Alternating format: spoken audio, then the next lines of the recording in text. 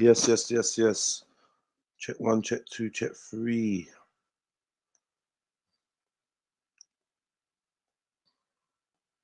What's good, people? Yeah, man. It's your boy Jeds, Trilluminati live. Just came in to share some thoughts. You know what I mean? Have a little discussion or even a monologue. I don't mind. Around the subject of freedom.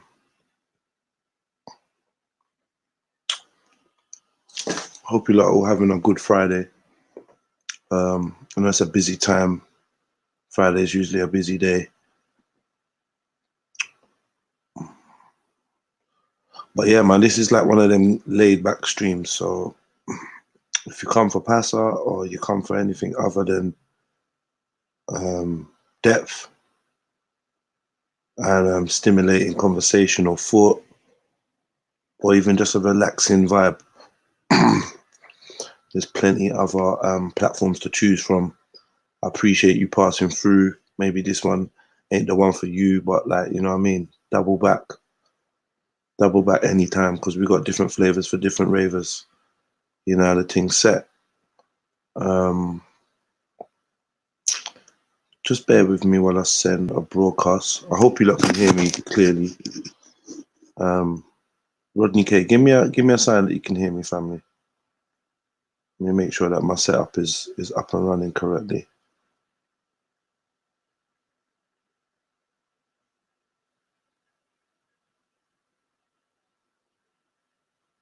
Yeah. All right.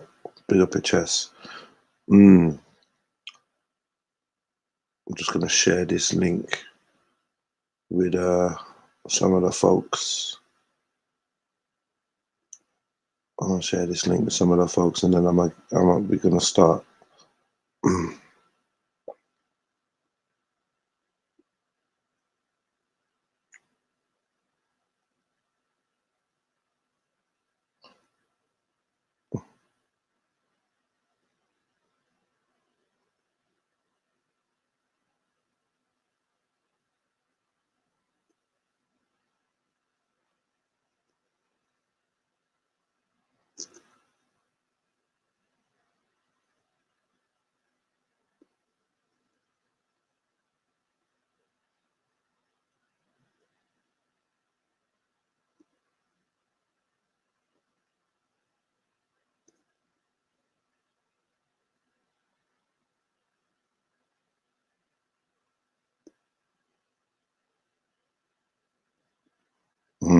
I think today, yeah. Oh wait, it's never done it. Hold on. Yeah, I think today I had somewhat, or last night, should I say,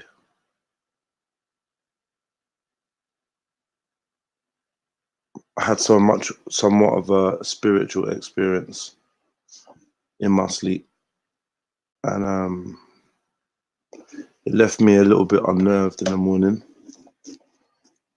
But as the day goes on, and I process, as I process my internal, my mind, my thoughts, my feelings, my being, I'm grateful for the experience, and I think I'm being forced to grow in angles and directions that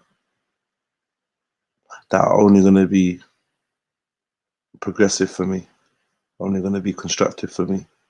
You know what I'm saying? So I give thanks. I give thanks, man. Give thanks. And I give thanks for the 6 people locked in, the 7 people locked in right now. Yeah, fam. I wonder who in here thinks that they're free.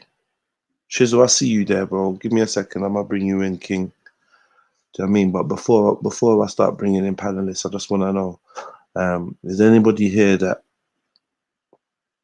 is free? Is there anybody here that is enjoying freedom?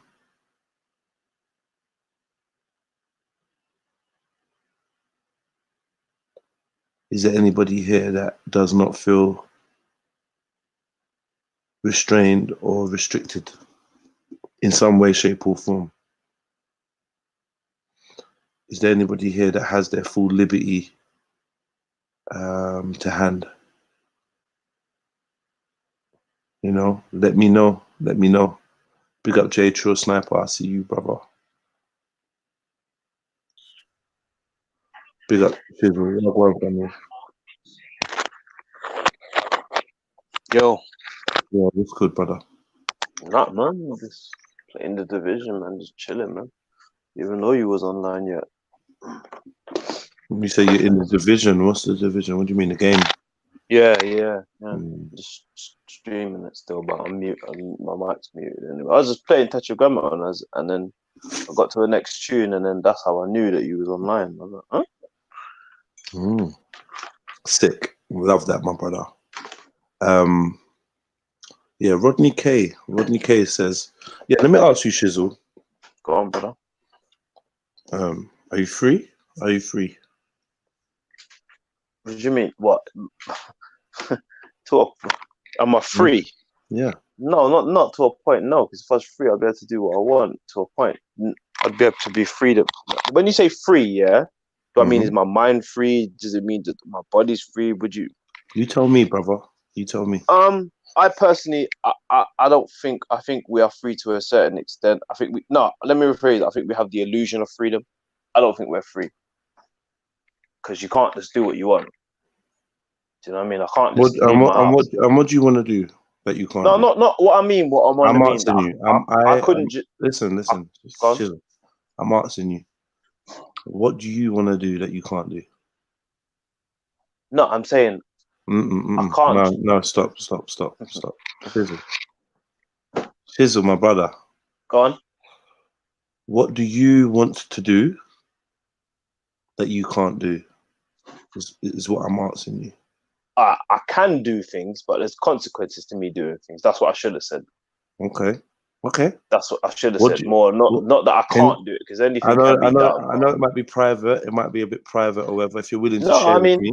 I would just like to be able to travel the world freely. Like just turn around and say, you know what, today I'm gonna go to France. Today I'm gonna go to Sudan, or I wanna. Do you know what I mean? Not about having let's take France for an example. Yeah, you would like the ability to travel freely. This is apparently is your human right, recognized by the I don't know, the powers that be that control the human rights. You know, like there's, you know, the courts of justice and human rights and rare and like, but apparently this is one of your human rights. Your human right is to travel. You have the right to travel freely. So why can't you go to France? What's stopping you going to France? One, I need a passport and a plane ticket, and probably soon a visa. Okay. So you're saying that the passport and the ticket stand in the way of you doing something immediately because you have to go through a third party? Yeah, Rig might have to go through procedures.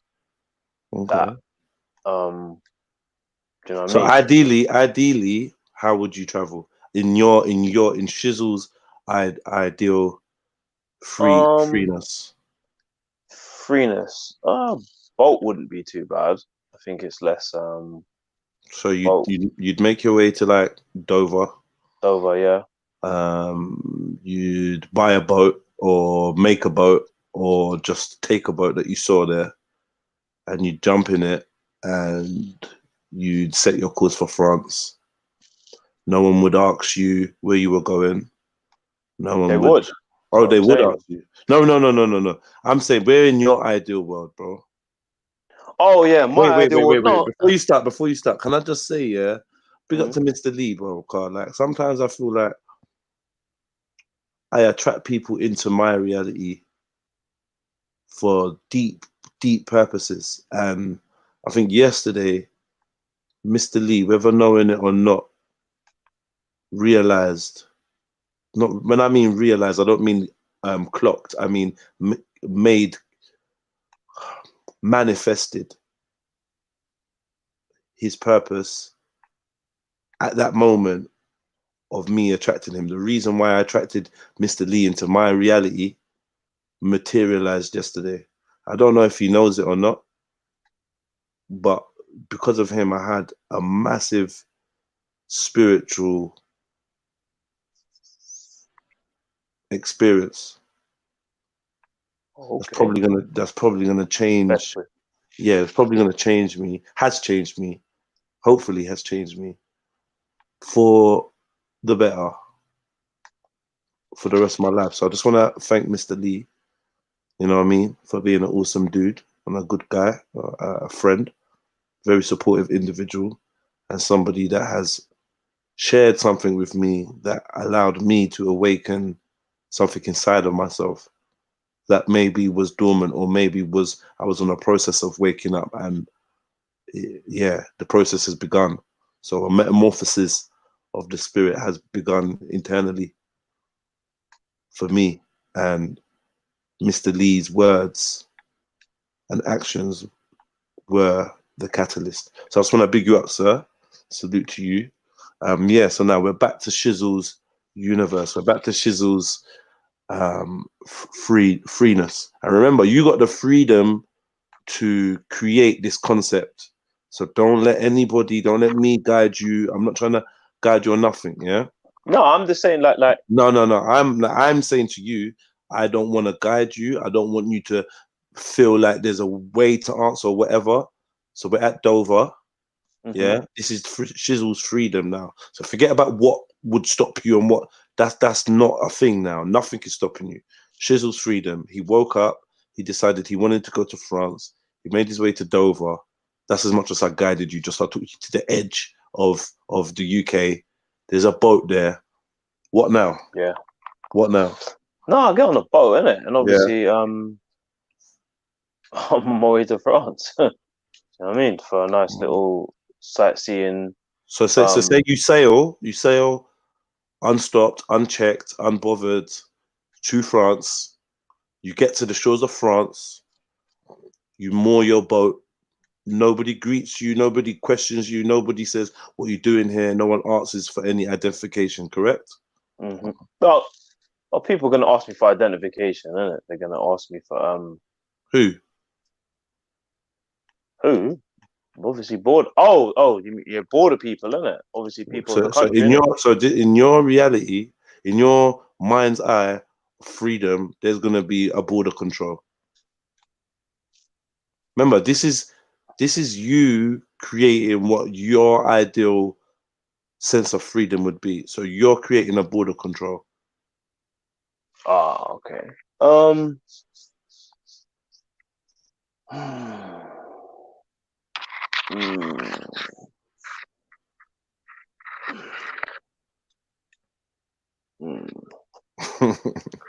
This is a tricky one. I didn't think about it. I haven't thought about it that too much. No, so we're getting there. Like, well, maybe I haven't thought about it. We're getting there today. I'm trying to be realistic. Like, if there was no, I don't know. Like, see, this is the problem. Like, my mind's been so trained to think of living a certain way. Sometimes it feels weird to sort of break out the box. Like, yeah, we're breaking. There is no box today. There's no box in our conversation. That's what I'm saying. It feels like it just. You want to start creating a box for yourself. Yeah, I'm unconsciously doing it because I'm thinking no border control, would that really work? Okay, yeah, fuck it, yeah, I'll just roll up in France, innit? Just roll up to France. So you're in France now, and you wanna get to Paris, innit? Because you've always wanted to see the Louvre and the Eiffel Tower and these things there, catacombs and all that. Yeah. So you just like, yeah, I'm going to Paris. So you hire a car. How do you want to travel to France? Well, I've got my own car. I could have driven there. How could you have driven to France? Well, obviously, my car goes on the boat, innit? You would have put. So you'd have a boat big enough to put your car on. Yeah. In my head, I'm thinking of some rowboat or some dinghy. Oh, you're thinking, yeah. Okay. No. You took a big boy boat, yeah. You got a big boy boat. Yeah. Okay. Yeah, you got a big boy boat. You put your big boy car on your big boy boat. You get to that. You get to France. Yeah, you get to France, and like Lee Manchu says, big up Lee Manchu, big up Mr. Lee, big up 77 Soldier, Mood Best, Reactionary. You get off the other end, and you go on about your business. Yeah. Yeah. Do you think that it is a criminal offense to stop you from living that life and having that reality, that concept be reality? Yeah, well, I think to a point it is criminal, because why, if we're given that right to be able to travel and go wherever we want, why are we not allowed to? So yeah, to a point it is a criminal offense to, all these visas and all this stuff. No, you can't come here because you broke this rule, or you're not allowed in this country because you're this or you're that, or you made this mistake. Do you know what I mean? You're not allowed to see this country, like South Africa. Not a lot of people want to go to South Australia, Canada, United States. Do you know what I mean? There's all these. Okay, I got two other questions for you. Yeah. The first one is, there's a man. It's a question scenario that leads into a question, and this is just off. This is off the cuff. I'm just making this up now. Yeah. So there's a man called John. You know, I'm always throwing John under the bus. So there's a man called John who's a paedophile and a rapist. He's been a paedophile and a rapist most of his adult life. He's got away scot-free without being. Actually, no, he's been arrested and he's done multiple jail sentences for being a paedophile and a rapist. He's out. He's free. He wakes up one day. He's in Paris. And he says, you know what? I really want to go to England. So he gets up. He gets his big boy car. He drives his big boy car to where his big boy boat is. He drives his big boy car onto his big boy boat. He takes his big boy boat and he makes his way over to England. And when he gets to England, he drives off his boat and goes on about his business. How does that make you feel? Oh, obviously that would make me feel sick, innit? Obviously, knowing that a pedophile could do that, but pedophiles. Yeah, it's a tricky one. It's a tricky one to balance up people, innit? Because whereas my intentions is not to do anything, it's just to travel, whereas other people are going to use it to do nefarious means, innit? So, but even the current checks and balances, what we're supposed to have now, wouldn't stop someone getting on the plane and going and abusing someone or going to France. Wouldn't stop a pedophile going to France.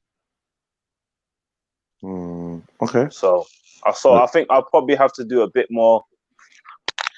It's easy for me to say because my intentions aren't to break any so-called laws, or my intentions isn't to hurt anyone, innit? It's just for traveling purposes. Okay. But obviously, I can't speak for everyone else and what. So two questions off the back of that, yeah, and I'm just using you as an exercise because I'm answering myself the same questions. You get me? So two questions off the back of that is one: is freedom free, or does freedom come with a price? That's our freedom comes with a price, obviously. What is the price of freedom? What do you mean? What is the price? I mean, I guess for everybody's going to be different, isn't it? Like, I don't think there's a. So what makes you say that freedom comes with a price then? Well, as you just said, innit? Like I said, innit? If we're all free, yeah, everyone can go wherever they want, yeah, unrestricted, unmolested. No, there's no checks and balances. There's nothing, yeah. As I was describing, yeah. Yeah, like you said, the scenario, yeah. Some guy wants to wakes up in the morning, says he wants to do the same thing, but as says he wants to kill people. Do you know what I mean? So he's gonna go to wherever he wants to go and go kill people. Do you know what I mean? And he can go through because he wasn't searched, he wasn't stopped. He's carrying guns and explosives. Do you know what I mean? Mm. So Big up Dean. Okay, big up, man. Champion mind over there. Still, big up yourself, King. Yeah. So yeah. So that's what I'm saying. So okay, like, take away the fact he says he wants to kill people. Yeah. yeah. Mm-hmm. In your head, there's the fact that somebody has been convicted multiple times of rape and child abuse. Yeah. Does that, in your head, in your free world, does he still have freedoms? No. No. No, I personally wouldn't, and this is what I'm saying where it gets complicated, because I wouldn't personally give that person freedoms, because his offending and what his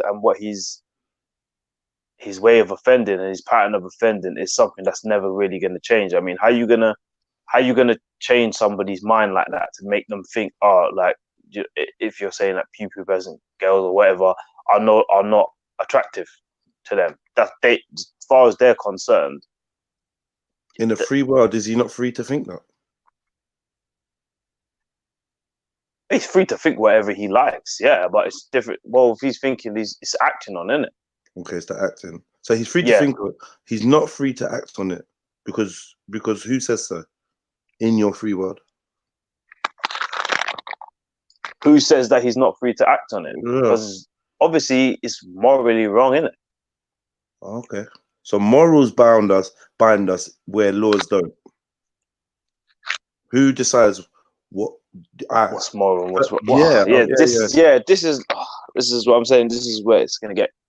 It gets technical. I mean, I could have my set of morals for my corner of the world, and you got your set of morals. What binds us to respect each other's morals or to acknowledge each other's sense of morality? You know, where I'm from, child sacrifice is perfectly fine. Where you're from, marrying your mother is fine. In a free world, am I to come over and tell you that what you're doing is wrong, or you to tell me what I'm doing is wrong? Man, you really got me, haven't you? Nah, I man. ain't even getting you. No, not getting me. This out. No. I know you're not getting me. No, you're obviously asking the right question, the tough questions. It's a thought exercise, isn't it?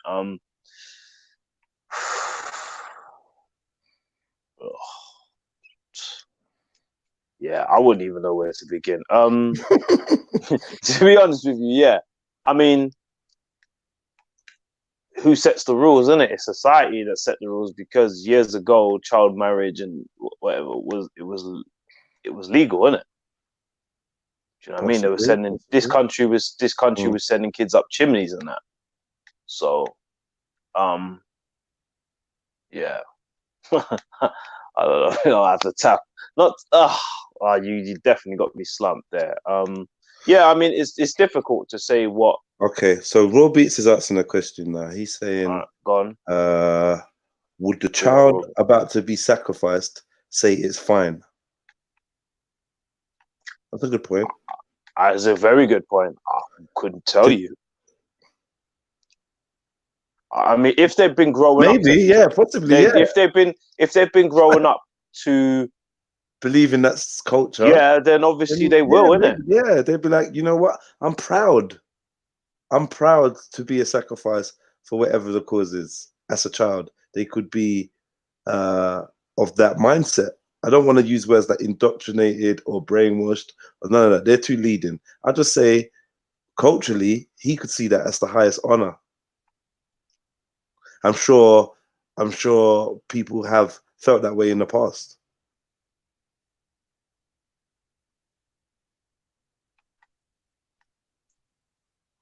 Yeah, I'm sure they have. Yeah, I mean, like I said, look at the Mayans, where they just used to offer people up like no one's business. I mean, we don't have to look at the Mayans. We just look at our society now.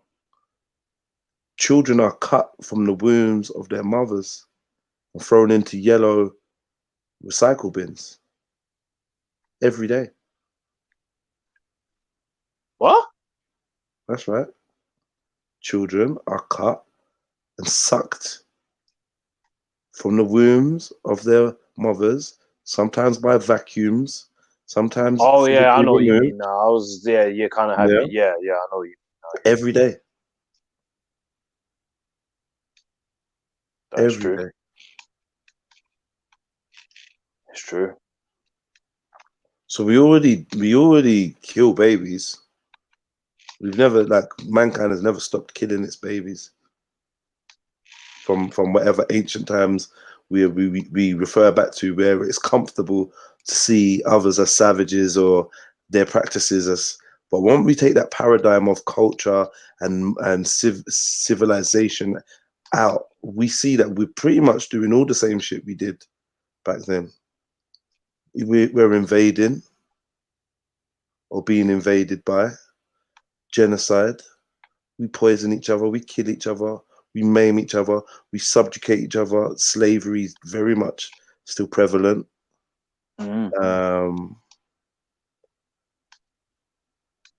Tyranny is now disguised as democracy. Injustice is disguised as justice. Do you know what I mean? Injustice is disguised as equality.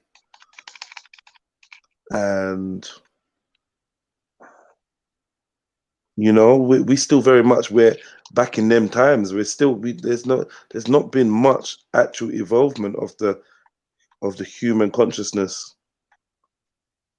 We just give it different names, which probably denotes more of a sickness, because then at least them times it was probably more straight up murder. Do you know what I mean? Murder, whatever, it's more straight up. Now we find fancy names and fancy social constructs to hide the truth about what it is we engage in. You know, freedom isn't free. That's a scary thought. That to be free isn't a free. There's a cost to that, and the cost is, from what I'm hearing, the cost of freedom is that your fellow man will be free too. Yeah. To indulge in whatever. Yeah. Basically, in a nutshell. And we don't want our fellow man to be free.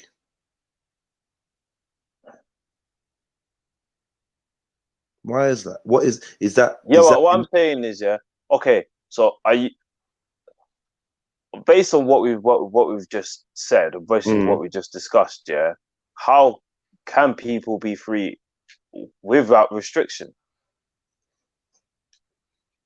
Because I'm not everybody's gonna do pedophilia or do whatever or do you know what I mean? Some people. Of course not. So I mean, I'm saying it's a sign of my own sickness to even have to come up with those kind of scenarios. those Yeah, scenarios. It's a sign of. But what you're saying is it is a likely scenario because we're all different, isn't it? We're all got different. Do you know what I mean? Some of us want to do. Some of us wake up in the morning and want to do what society would say bad things, but let's just go down the rabbit hole. Someone wakes up in the morning and says they want to kill people. Society says we say it's morally wrong, so it's bad. What do we do? What happens with those people in a free world, in a free society? Okay. They're free to do whatever. Everyone's free to. Do you know what I mean? Greenbird's production says, where there's no law or morality, then might rules. I suppose they would write on that one. So he can do what he likes as long as there's no force to stop him. Now, is law and morality synonymous? Are they synonymous? Are they the same thing?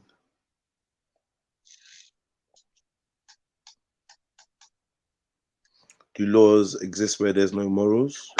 Do morals exist where there's no laws? Does laws exist where there's no morals, or does morals exist with no laws? Some laws are immoral. And some morals are against the law. Yeah, that's what I'm saying. So it's a mad one. Shit. Yeah, it's a mad one. It's a mad. It's a good. What you're saying is a good thought exercise. I mean, it's a good thing to discuss. Definitely, it's a good thing to discuss because it's gonna have people stumped. Like, I didn't wake up and think that. this would be the conversation. But it's getting me to think, innit? And there's nothing wrong with that, innit? Like I said, like a lot of people won't say how they really feel or what they really think because they're scared of being ridiculed or whatever. But obviously, like we're just discussing, me want my freedom, me wanting the freedom to travel. What does that come with? What does that mean for everybody else? Because now you've got you've got 3 million people at Dover trying to get on the boat to go to France. Do you know what I mean? Like it's all right it's good when I want to go, but do you know what I mean? When 3 million people want to go, do you know what I mean? So they want, yeah. Okay, let me ask you a question. Go on. Let's go back to your original freedom, yeah. Yeah. So this is like a dream that you're creating. This is your landscape. Yeah. So you woke up. You said, you know what? I want to go to France. You got on your big boat. You got in your big car. Drove it to your big boat. Took your big boat to France. Moored. Drove off your big boat with your big car and went to Guan about your business. While Guaning about your business, you thought to yourself, you know what? I like this place. I don't want to go back to England. Yeah. I want to stay here. Should you be allowed? I mean, is there anything in my wrong free with world? Yeah. This is, yeah. I mean, and I want to choose a property. Should I just live in a museum? You know, it's a building. Okay, wait. Okay, let's just say, yeah. Okay, Mike rules, yeah. Let's just say,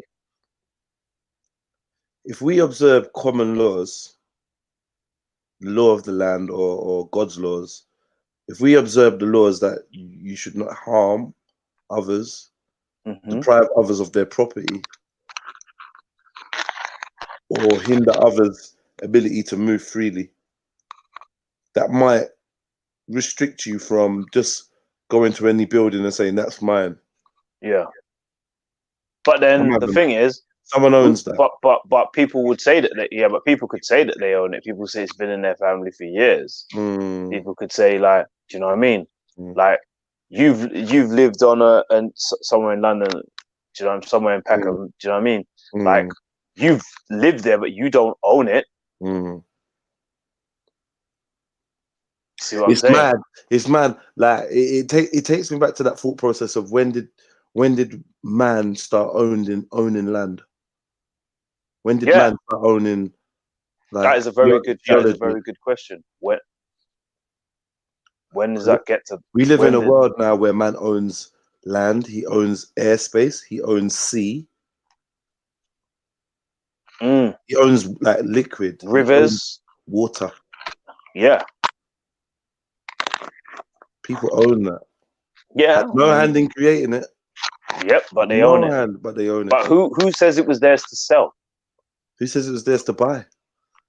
True. Yeah, I get you. Like, I'm with you. Like, where did that start?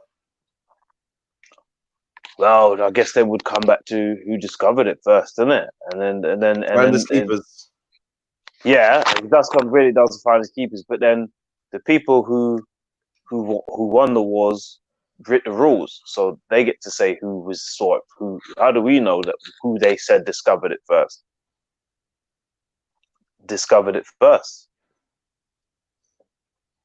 Yeah, it's a claim. It's a claim until someone rose up and says, "All right, then, if that's the case, if you discovered it first, tell me what's in the depth of this cave. If I can tell you what's in the depth of this cave, I can prove that I was here before you.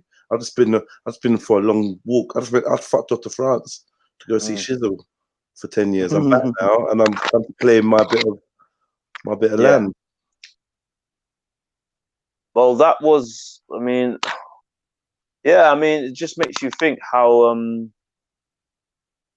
I guess that's what we're getting to, and what we're discussing is how the minority rule the majority. Land grabbing was one of the first power moves. Yeah, definitely.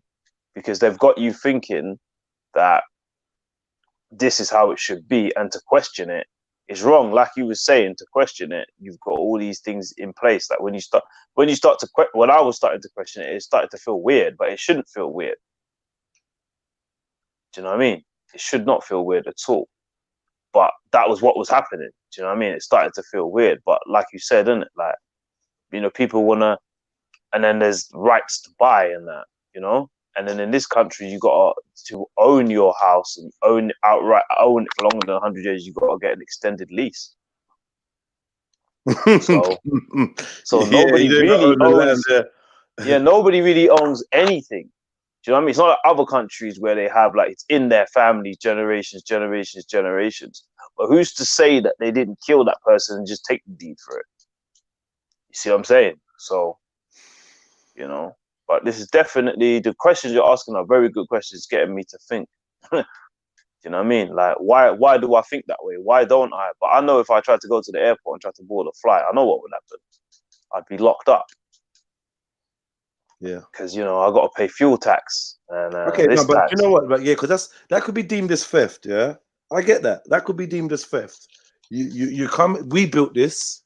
You're coming onto our private property, whatever that fucking means. When the earth is meant to be my birthright, they got us with citizenship. Yeah, they got us when they tied us down to bits of land. They said, "Okay, yeah, you're African.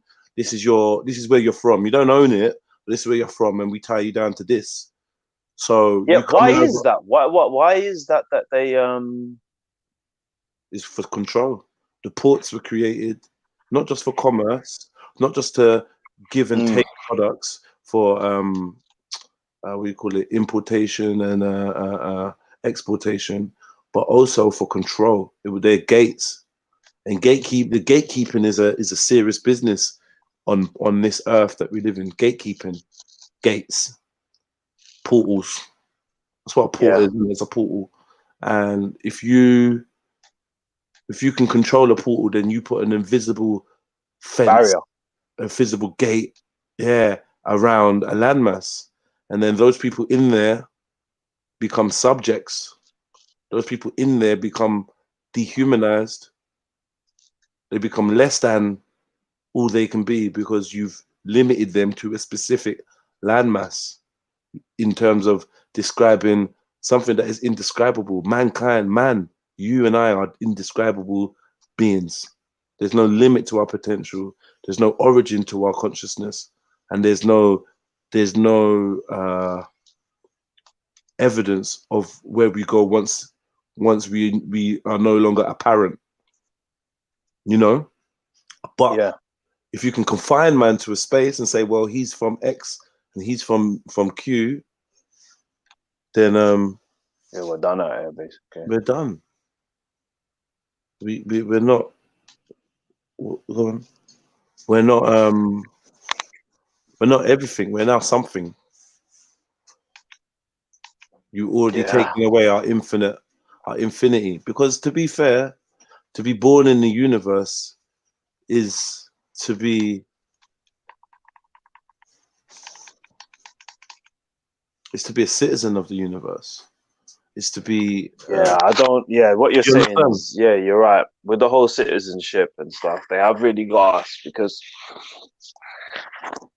you know, now you report to a landmass, and and somebody has been appointed the ruler of that landmass. So you're now a subject of them. Instead of a sovereign being. A sovereign being. Question, is the Queen sovereign? The Queen's sovereign, isn't it? The Queen, yes, the Queen is sovereign, yes. The Queen Why is not, because she's a sovereign because she's not subject to anyone or anything. So the subjects are not sovereign, but the sovereigns are not subjects. Yeah, and the subjects are not sovereign, yeah. The Queen, yeah. Wow. Prime Minister?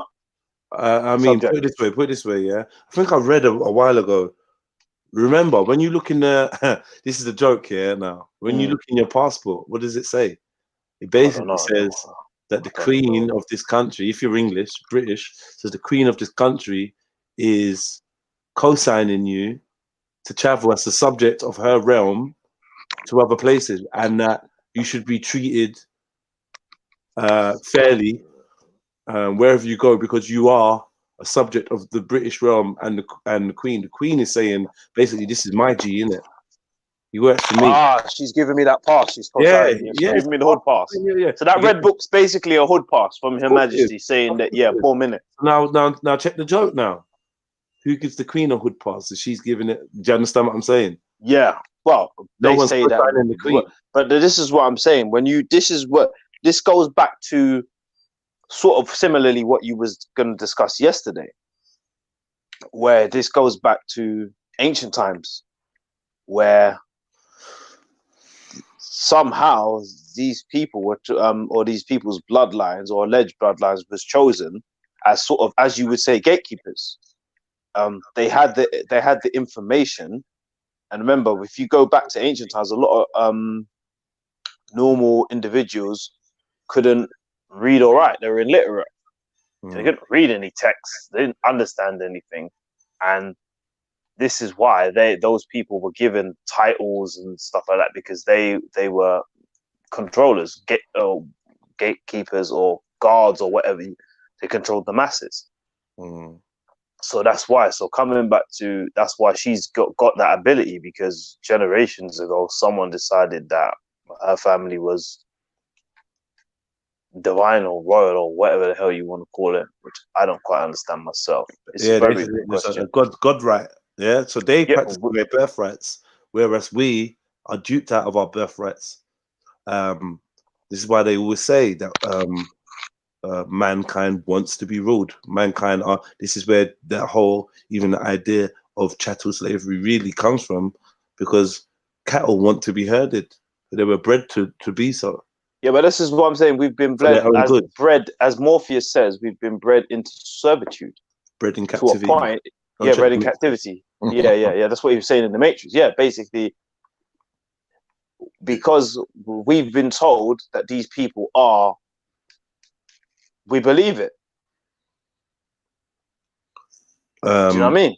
Not that we believe it, but we sort of we go by that. Otherwise, people would be asking, well, what the fuck? Like, why are these people? Queen wasn't chosen by us. She wasn't. Do you know what I mean? Elected. She isn't. Do you know what I mean? If you get what I'm trying to say. Let me ask you. I agree with you. I think many of us are in agreement. Let me ask you a question now, based on Rainhand 22's comment that's on the screen now. It says, I can't see the comments. Okay, I'll read it to you. The best way to live is for the people to follow a system of living together. Example, you have a religion you believe in, so you are all under one understanding. What do you think about that? A religion? Is it an example? No. When he said no. Okay, I haven't got a problem with religion, to be honest. Yeah, well, I haven't got an issue with religion, but there's going to be many people who do have a problem, who don't want to follow a religion. So I would say that morality would be a good place to start. Core principles. Okay, but don't go too far from that. You said morality and core principles. Are your morals your own, or are they a product of social conditioning? Are they a social? Are they a social? I knew you was gonna get. Yeah. No, I see what you're saying. No, I think no. Okay, I would. Go on. No, I would say that when I was younger, when I was running around on the roads and I was doing certain things, I think I was guided by my own morals and core principles. Do you know what I mean? If that makes sense, because it was my group ethic and the morals that said that this is what we're doing was the right thing to do. It wasn't that I woke up in the morning and someone said, here's a job, this is what you're doing, because we say it's legal, or because we say it's right. Okay. If you get what I'm trying to say. Now, as in now, obviously I'm working the job, do you know what I mean? So what are you doing right now? To be honest, sometimes I don't feel that I am doing the right thing. I'm doing the thing that will keep me, that could possibly lead me away from my family, but sometimes I don't always feel that it's the right thing to do. Do you know what I mean? Because I found myself in more debt, more slave to the system than I ever was when I was younger. I never heard of credit. Credit didn't exist to me. Do you know what I mean? But when you're going by the way the system wants you to go, you're gonna those things come with it. They don't have to come with let's it. go back to morals. Where do you get your morals from? Obviously, I got a lot of my morals from my mum, from my family. That's where a lot of my so immediately your morals are not your own. Immediately you've come to the realization. From when I was younger. So morals are not self-generated; they are inherited. Oh, some are. Look, like I said, some people say I wouldn't do that because it goes against my morals, and some people would do it. So not every single moral you would have. Some of it could be learned, but some of it, Jedi, you know that in yourself that you wouldn't like that done to you, so you wouldn't necessarily do that to someone else. Based on the society that you were raised in. I'm wondering whether, because I might just throw morals on the fucking bonfire, because what is morals? Your morals come from your mom. Your mom got it from her mom and blah blah blah. But innately, most of these morals usually come from what the society that you were raised in, the leading societal paradigm is how most people's morals are shaped, because they're not necessarily coming from the loins of free thinking rebels. They're coming from law-abiding citizens that toe the line and think what their neighbor thinks in the majority. On the screen now, I've got Dean Okai Senior. He's writ. Consciousness is to be fully aware as a sentient being. To display freedom is to be persecuted. And to follow indoctrination is to be celebrated and awarded. Like, I don't think there's any part in that statement that I can disagree with. Like, not one part of it. Yeah. Okay. Consciousness is to be fully aware as a sentient being, to be aware of self and the all. That's consciousness. I agree with that. To display freedom is to be persecuted. And I would say, in the form of society that I am aware of, that I've experienced, clearly anybody going against the grain and choosing to think for themselves or be autonomous is persecuted in one way or another.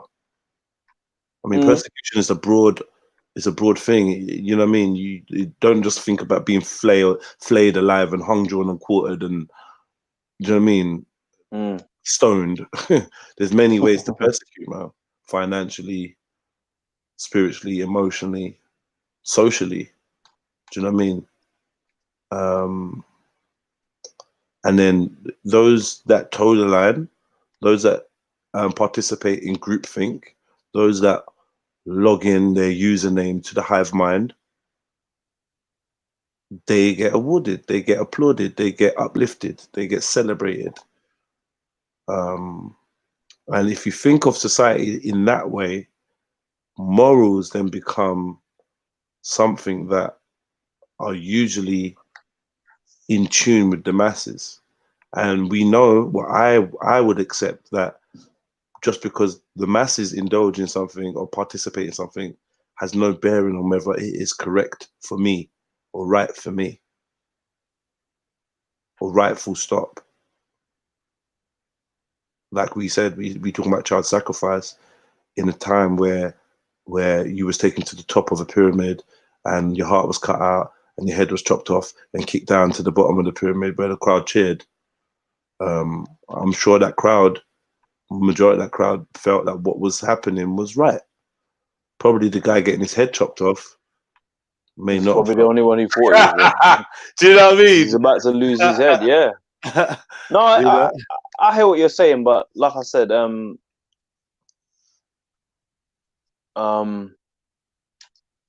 for me, like I said, I feel like now I'm more towing the line, like not necessarily towing the line, but just doing what society sort of says to do. But it is, you know what I mean? That's how I feel. Like, where do my morals come from? Do I have morals? What are my morals? Should I have morals? Morals necessary? Or morals just a law that's been written on my subconscious by society. And by But then it goes society, to, how do you know right from wrong then? what is right from wrong? Is there a right from wrong?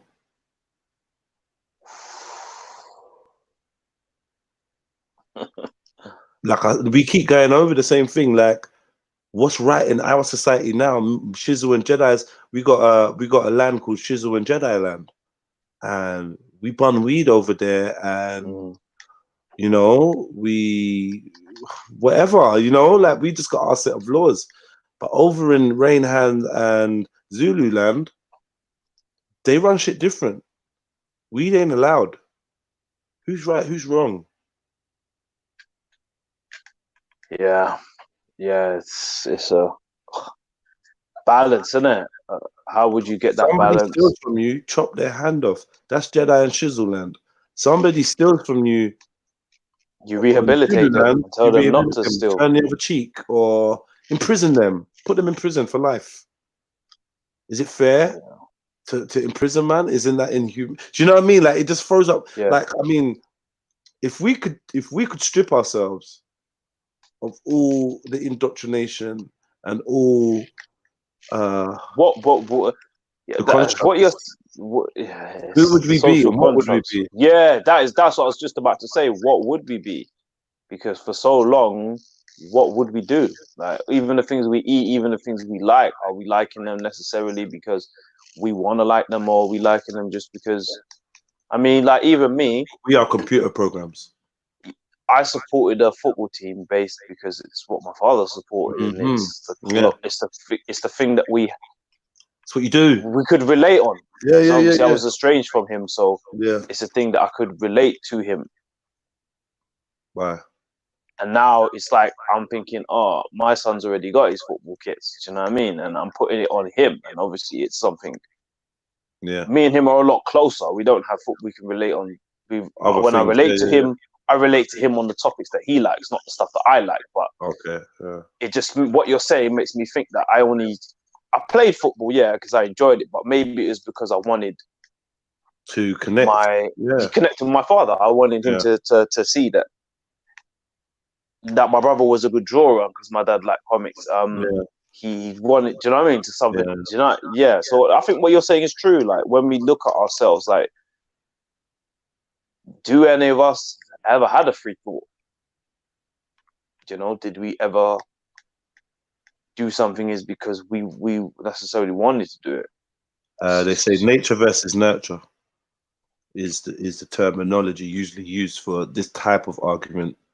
Nature versus what is nature, what is nurture, what were you born with, and what is environmental, including your mum. I would argue though that from conception, a process of denaturalizing and nurturing has already begun. They tell us that, you know, we can taste food that our mother's eating, we can hear sounds and voices and heartbeats, and you know, we probably be picking up a lot more than that in terms of emotion, vibes and whatnot. Do you know what I mean? Even if it's down to just a chemical reaction, release of serotonin, oxytocin, adrenaline would obviously have some effect because these we share in the bloodstream, right? Yeah. So, in effect, this is why I say I believe people can be born gay. And people always think, well, what do you mean by that? You believe that? Yeah. And being born gay is different from being conceived gay. So you say people can be born attracted to the same sex? Being born gay is different from being conceived gay. From the moment the sperm hits the egg, is that embryo growing gay? No. Can the chemicals and the process that take place while that embryo grow lead that child to have a different chemical makeup than it would have had? Yes, I believe so. It's that this is a possibility. I believe so. So that's what I'm saying. Just because you're in the you're in the midst of one of the trimesters of of growth in the, you know, in the womb doesn't mean that you're not being already affected, and your biology, your chemistry is not being altered, cannot be altered. If your mum's drinking a load of water that's full of a fucking estrogen in it, True. do I believe that that can have an effect on an embryo? Yeah, it could do. Wi-Fi and Bluetooth and radio and microwave all popping off. Do you understand what I'm saying to you? Yeah, but with all the stuff that's going on now, and now you can control your light switches from your phone and all this stuff. There's a lot. It wasn't sort of as prevalent as that as when we was. Oh, big up, Jen. Hello, hi guys. You good, sis? Hi, Jen. Big up yourself. Yeah, man. I'm good. I'm good. I like this discussion. I like it. I like it. It is really good. It's really making me think. I know. So what's your take on this then, man? I saw you write that you think freedom is not possible in this world. I don't think as long as we're living in a world like it is, like where you said, where there's like ideas of my land, your land, and we can't even go places. Like, just for me to move to the next state, it'll be such a pain in the ass. I gotta get paperwork, I gotta do all this. Really? Like, You can't go through that? You don't have freedom to move from state to state? No, I gotta get a driver's license in that state. I have to get my car registered in that state. I have to become a resident of that town or wherever I go United to. States, isn't it? Yeah, like it's crazy. I'd Do you have know to what? change everything. I don't even think of America like that, you know, and that's very naive of me. But I don't even think of that. I mean, you could go anywhere, like you could live. drive, but to move to another state, like you got to do a bunch of stuff. Like, yeah. If you want to be if you want to be included in the system. Well, no, legally, if you move to another state and you don't change your car registration, you could get your car taken. Yeah. Okay. They'll impound your car. How are they gonna know the difference between you driving to another state and you living in another state? How are they gonna know you ain't just on holiday? You came to check me. I'm in wherever, Mississippi. Yeah. Because eventually your car registration will expire, and unless you go back to your old state to renew it, you can't renew it from your. You can't renew it from where you are. Is it not just a post so if I have no, like if I have Connecticut plates, but the thing is like, so if I move to Pennsylvania. And now I am living in Pennsylvania. My address is a Pennsylvania address. I can't register a car in Connecticut with a Pennsylvania address.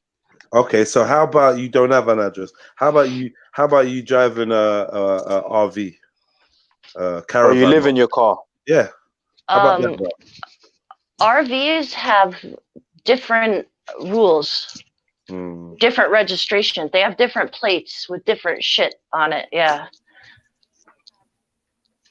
Okay. I'm not exactly sure, but they do. So let me go back. Big up, Zulu. Welcome aboard. What's up? Hi, Zulu. Okay, so let me go back here to what I did with Chisel, just to get an idea. Okay, so we got a blank piece of paper again, right? Yeah. Jen wants to be free. Yeah. What are you free now, Jen? No. Okay, what's stopping you being free? I have to have lights, electricity. I have to have a rent to prove that like have a place for my kids to live. Pause. Why do you have to have lights, Jen? Because it's illegal to not have lights in my state. You have to, if you have a house, you have to be you have to be, you can't live off grid in my state. You can't live off grid in my state. You can have solar panels. In most of the United States, you can't really live off grid. It's mandatory that you have plumbing for health code reasons, and it's mandatory that you have electricity. If you have a house in Connecticut and no electricity for your children, like they're going to take your kids.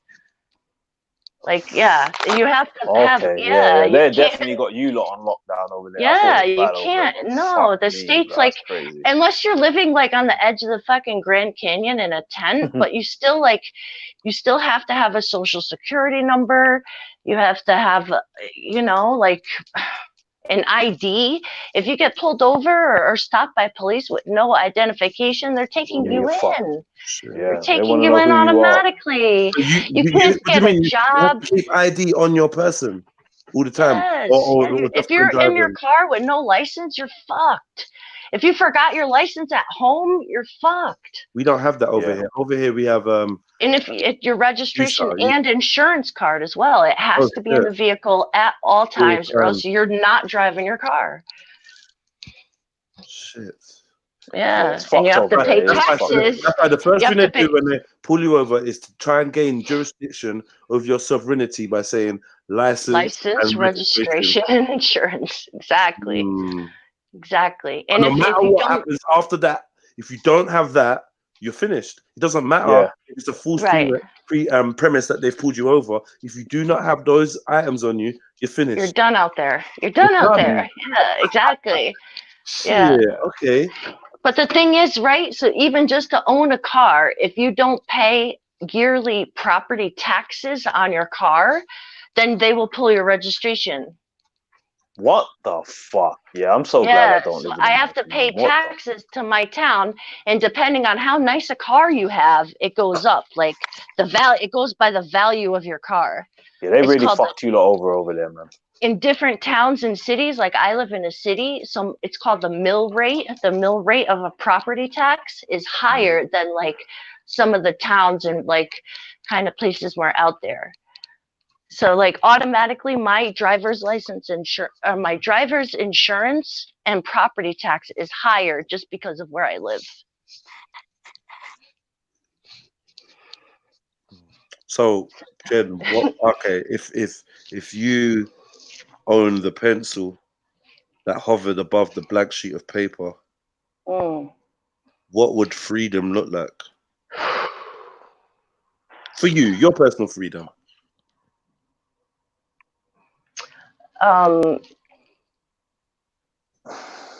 Fuck. Like personal freedom would mean like basic life necessities that you don't have to pay for the rest of your life, like Food, shelter, clothes, electricity. Yeah, exactly. It's tough because like I just think like unless you have like there should be no like rich people, poor people, like everyone, like what is that? Communist thinking, I guess, like everyone. Pause for a second. So you do not have the freedom to acquire wealth.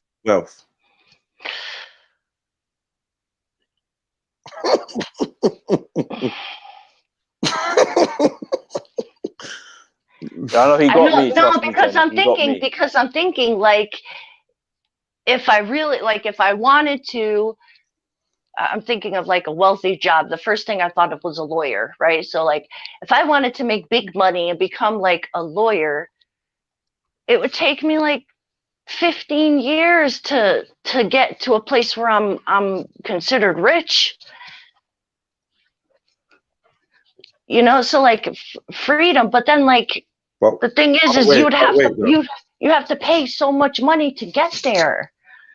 Like just to get the money to get there that's where you're locked down. But like in your world of freedom, for instance, if you had a certain amount of personal wealth and you was married to John, and John had a certain amount of personal wealth, and you had a child called Jane, when you passed away and you passed your personal wealth and John passed his personal wealth to your natural living offspring, Jane, somebody or something would step in and inhibit her from acquiring that. Will she get taxed? Yeah. That would take her over the threshold. Absolutely. And put her above the cliff. So, and you think that's right?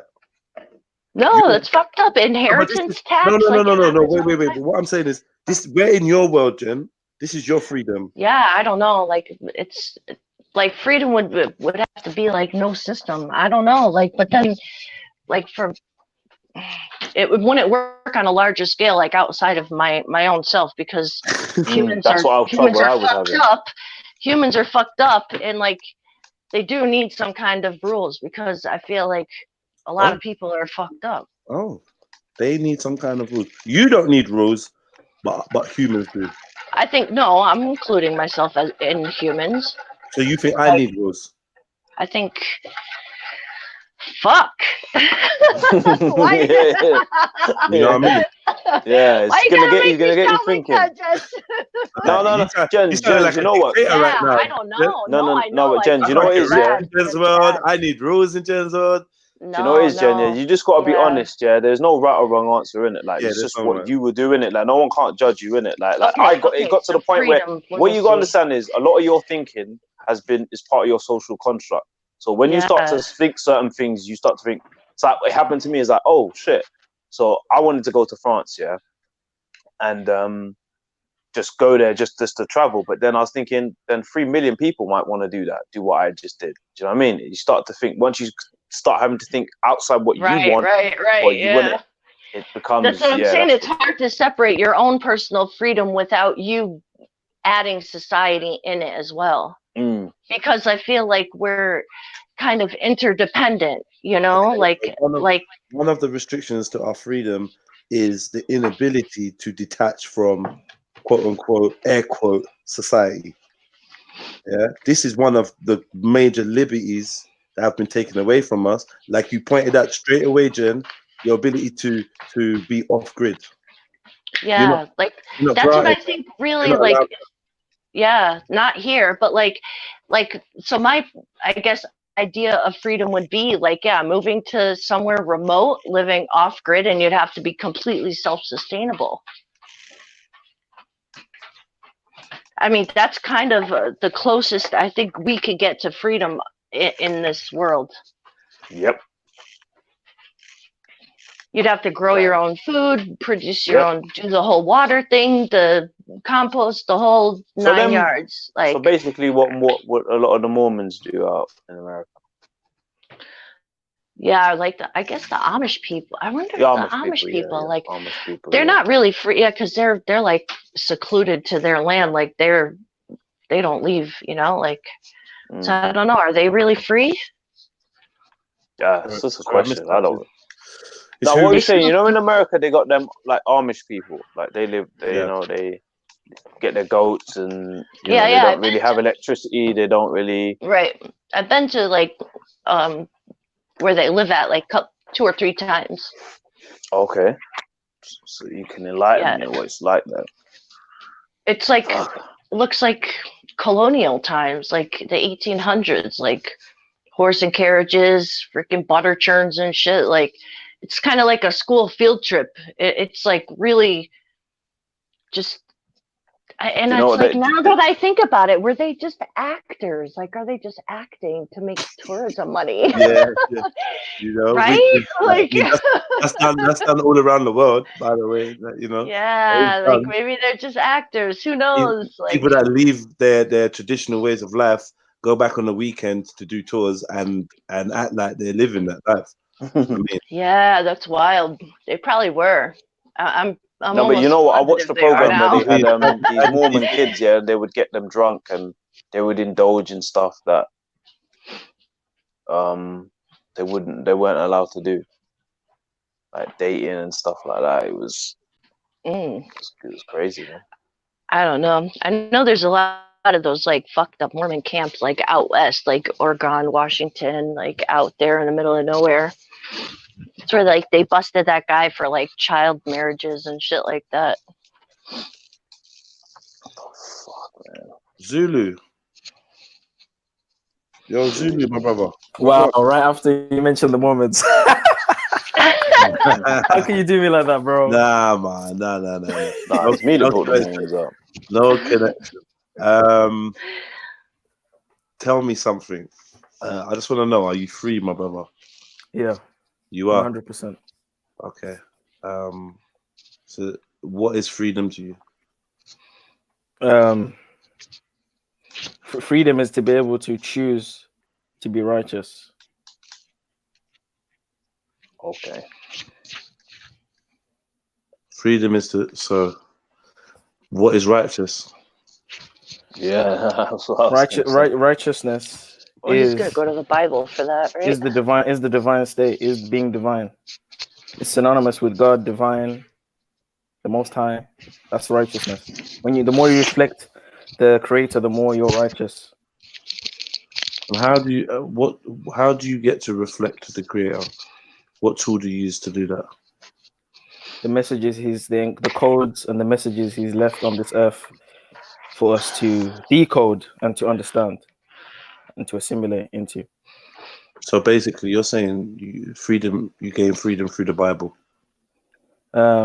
Yes, through understanding, through the knowledge I get from it, and then that knowledge will give me the tools in order to escape the simulation. So that's ideological freedom. But what happens to physical freedom? But it works hand in hand, because if I'm mentally and spiritually free, I can be physically free. So you mentally free? Yes. And you're physically free? And you're spiritually free? Yes. So physically you are free? I will be physically free. But you're not at the moment? Because I need to understand as well, the state that we're in and the environment that we're in is out of our control. That's another thing is that I always think about as well. You know, this is happening according to the prophecies. So to say, oh, why am I not physically free? I mean, this is supposed to happen. What is happening now is happening. This is the end time. You know what I mean? The world is wrapping up. This world's gonna be gone. So you're supposed to not be physically free. No. I'm definitely supposed to fight for my freedom, and supposed to speak out and rebuke evil whenever I see it. Okay, but, we're talking about this. Let's stick with physical freedom. But the physical isn't eternal. The physical is temporal. We all die and grow. No problem. I'm not here to argue that. I'm just here to simply ask you: are you physically free? Am I physically free? No. But you are mentally free and spiritually free. Yes. But your mental freedom and your spiritual freedom will not lead to your physical freedom. No, my mental and spiritual freedom will lead to my eternal physical freedom. But just not now. Well, now we're in this circumstance of the end time. This is out of my control. So you're not free. I'm not free. And what is happening is prophesied that which was going to happen. So what can I do? What God has said is going to happen. What can I do? So your Creator has made it so that you are not free. No, he's made it so that whoever controls the system or has created the system will have their damnation, but just not now. Okay. So I'm still under their control. So God has made it so that you are under the control of people that will be damned at a later time. But he has made it so you are not free. Well, he's allowed there to be rogue entities, and he's allowed there to be righteous entities to coexist in this realm. And because of this coexistence, there's chaos and there's also order. So at some point, there's going to be an influx, and one is going to rule over the other. Okay. So we are living. Can you think of a time when men were physically free? In the Garden of Eden. So would I? Okay, the Garden of Eden. So since the Garden of Eden, there has been no physical freedom for man. No. Ever since man wanted a king, ever since man wanted to be governed, ever since there was a government, there's never been freedom. So can I ask you a question again? Yes. Zulu, are you free? Physically, no. Okay. I'm being honest, Can I ask a question? I'm sorry. Of course, go for it. Were they free from temptation in the Garden of Eden? No, but to be tempted is to be free. If you cannot be tempted, that's not free. So yeah, no, anything could happen. Wait, you can't, wait, one second. I just need. Wait, say that one more time. To not be tempted is to not be free. To be free from temptation is basically saying I cannot be tempted. Being free from temptation is basically being controlled. You can't be tempted. That's control. But to Over be able yourself. to be tempted Yeah, is to be control free. over yourself, though. No, but to be able Which to a be free tempted person. is to be free. If you have control over yourself, that's kind of like freedom in a sense. Was it not? Mentally, like No, mental freedom. I think. I would put it to you, yeah, that the choice for, I mean, this is in your mythology now, yeah. The choice for, Mythology. yes, your mythology, yeah. This is Okay. your mythology. It's not my mythology. This is what you believe. It's unprovable, right? The Adam and Eve and the Garden of Eden. It's a myth. It doesn't mean that it's not right. It just means right now it's a legend. It's a myth. It's an unprovable story. Mhm. Yeah. And like you said, it could be just a code, as you pointed out first, right? So I'll say mythology. So in your mythology, the creator of the Garden of Eden, the creator of the tempter, and the creator of Adam and Eve already knew the outcome to all choices that would be made from then on to eternity. All actions and deeds were written in the book of life, right? You have the saying, so it was written, let it be done, meaning that you're simply a vessel of destiny. So where is the freedom from Adam and Eve to not be tempted by the snake when it was clearly already written by the Most High that this would be so? They had the freedom to reject, But they but didn't. because they didn't reject, we are suffering the consequences of Are you that telling action. me? Are you telling me that God did not already know the choice that they would make before He created them?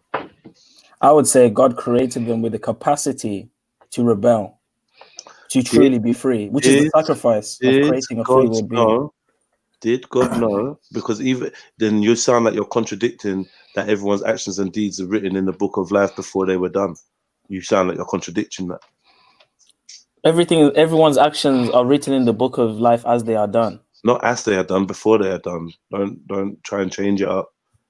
This is God This is God's ability to foresee, to know, because God is at the beginning and the end. He's already at the end. He already knows the outcome to everything before He's created it. This is the nature of God. Otherwise, you're saying that some things are beyond the ability of God to perceive or foresee, and that's silly. I would say what God perceives and what God observes is in our knowledge or perception. It's written in your book. No. You're not going to escape that. No. I'm saying what God it's preserves. Written in the book. No. I'm not disagreeing with that book of life passage. Okay, cool. So stop then. No, and can I clarify? Wait. If you're not disagreeing with the book of life passage, then we can assume that God, or we can have the knowledge that God already knew what decisions would be and would not be made. Of course. So therefore, where is the free choice for somebody that is less than God?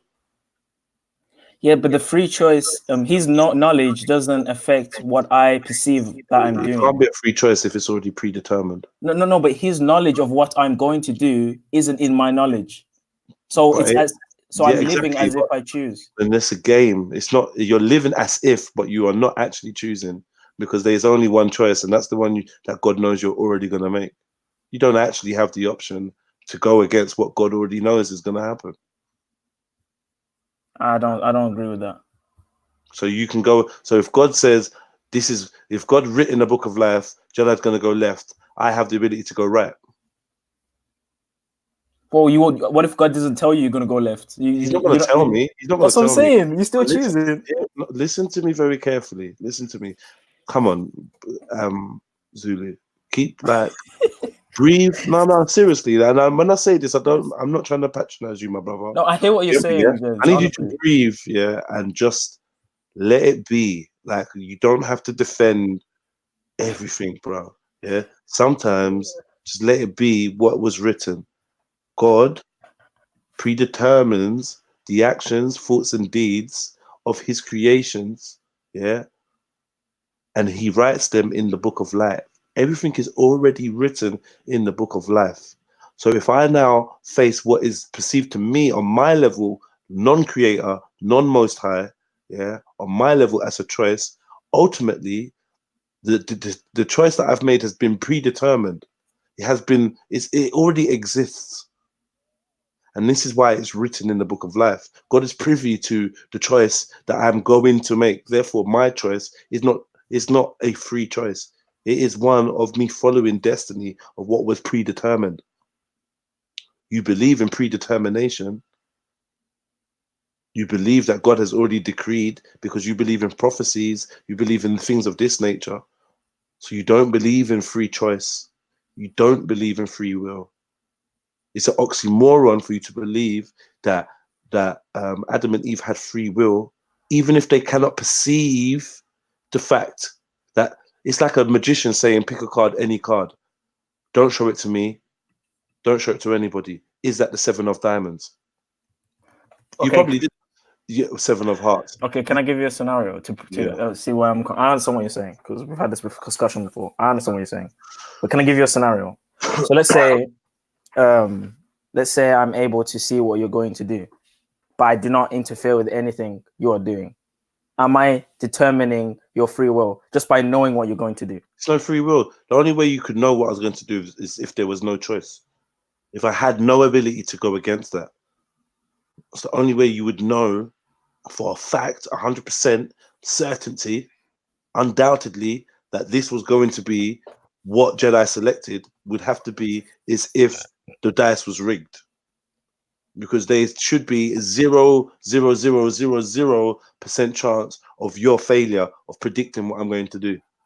And that must be based on something that you already know. So in my head, I might think it's a free choice. Or I'm going to, stop, tell me when to stop, tell me when to stop. Stop. It's an illusion. That's an illusion. The fact is, regardless of when I said stop, it was going to be what was predetermined because that's the way it was set before I did it.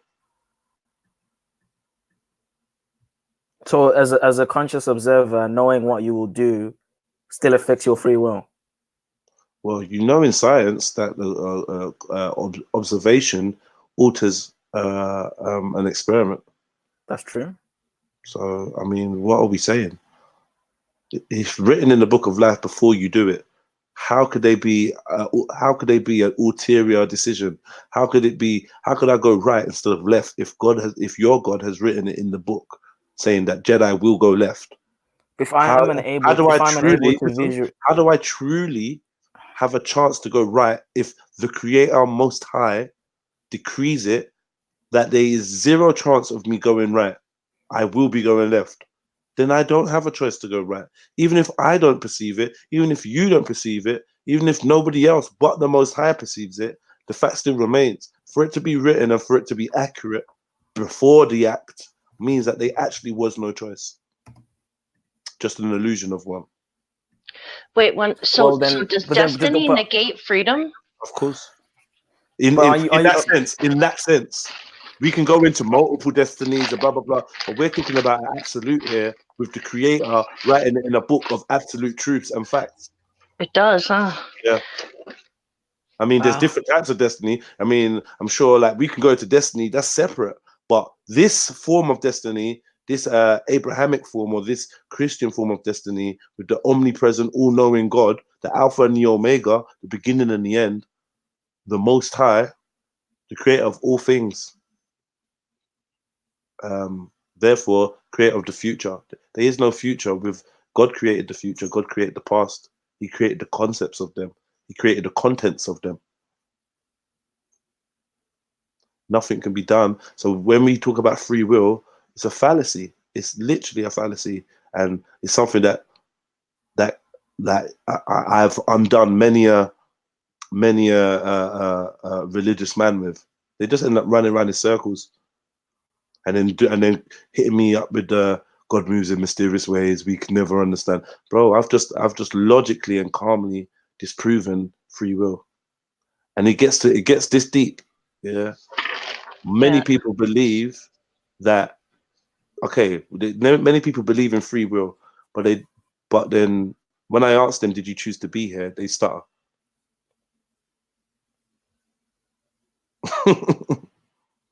Did you use your free will to exist? No. Zulu. So where's your free will?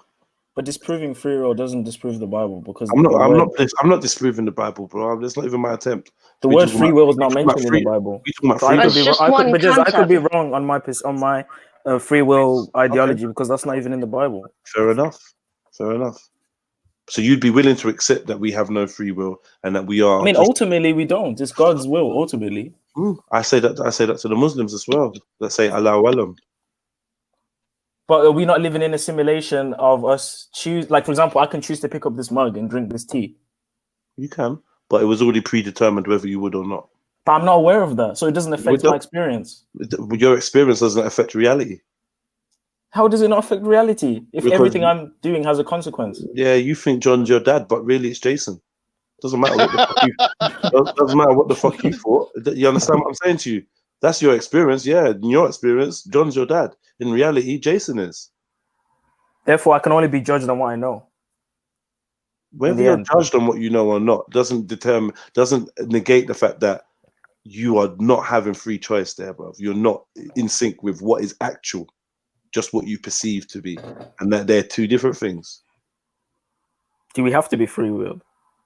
I don't know. You tell me. Is a computer, because we're described as a creation, is a computer a free will thing, or is it just following my commands? I don't know. You tell me. I don't share these views with you, Zulu. So, like, at this point, do you know what I mean? These are not my views. They're not there. I don't see the world like that. Maybe I was raised to, but by miracle, they never attached to my identity, and I managed to discard them and become free from them. And I had to go through hell. I had to go through fire to get to that point. That's good though. I had to be burned. You know what I mean? To feel that. You can say it is, but like, you know, like, this is just the truth. Like, I realize there's a strange and curious set of circumstances that created the mind I have, that shaped the mind I have.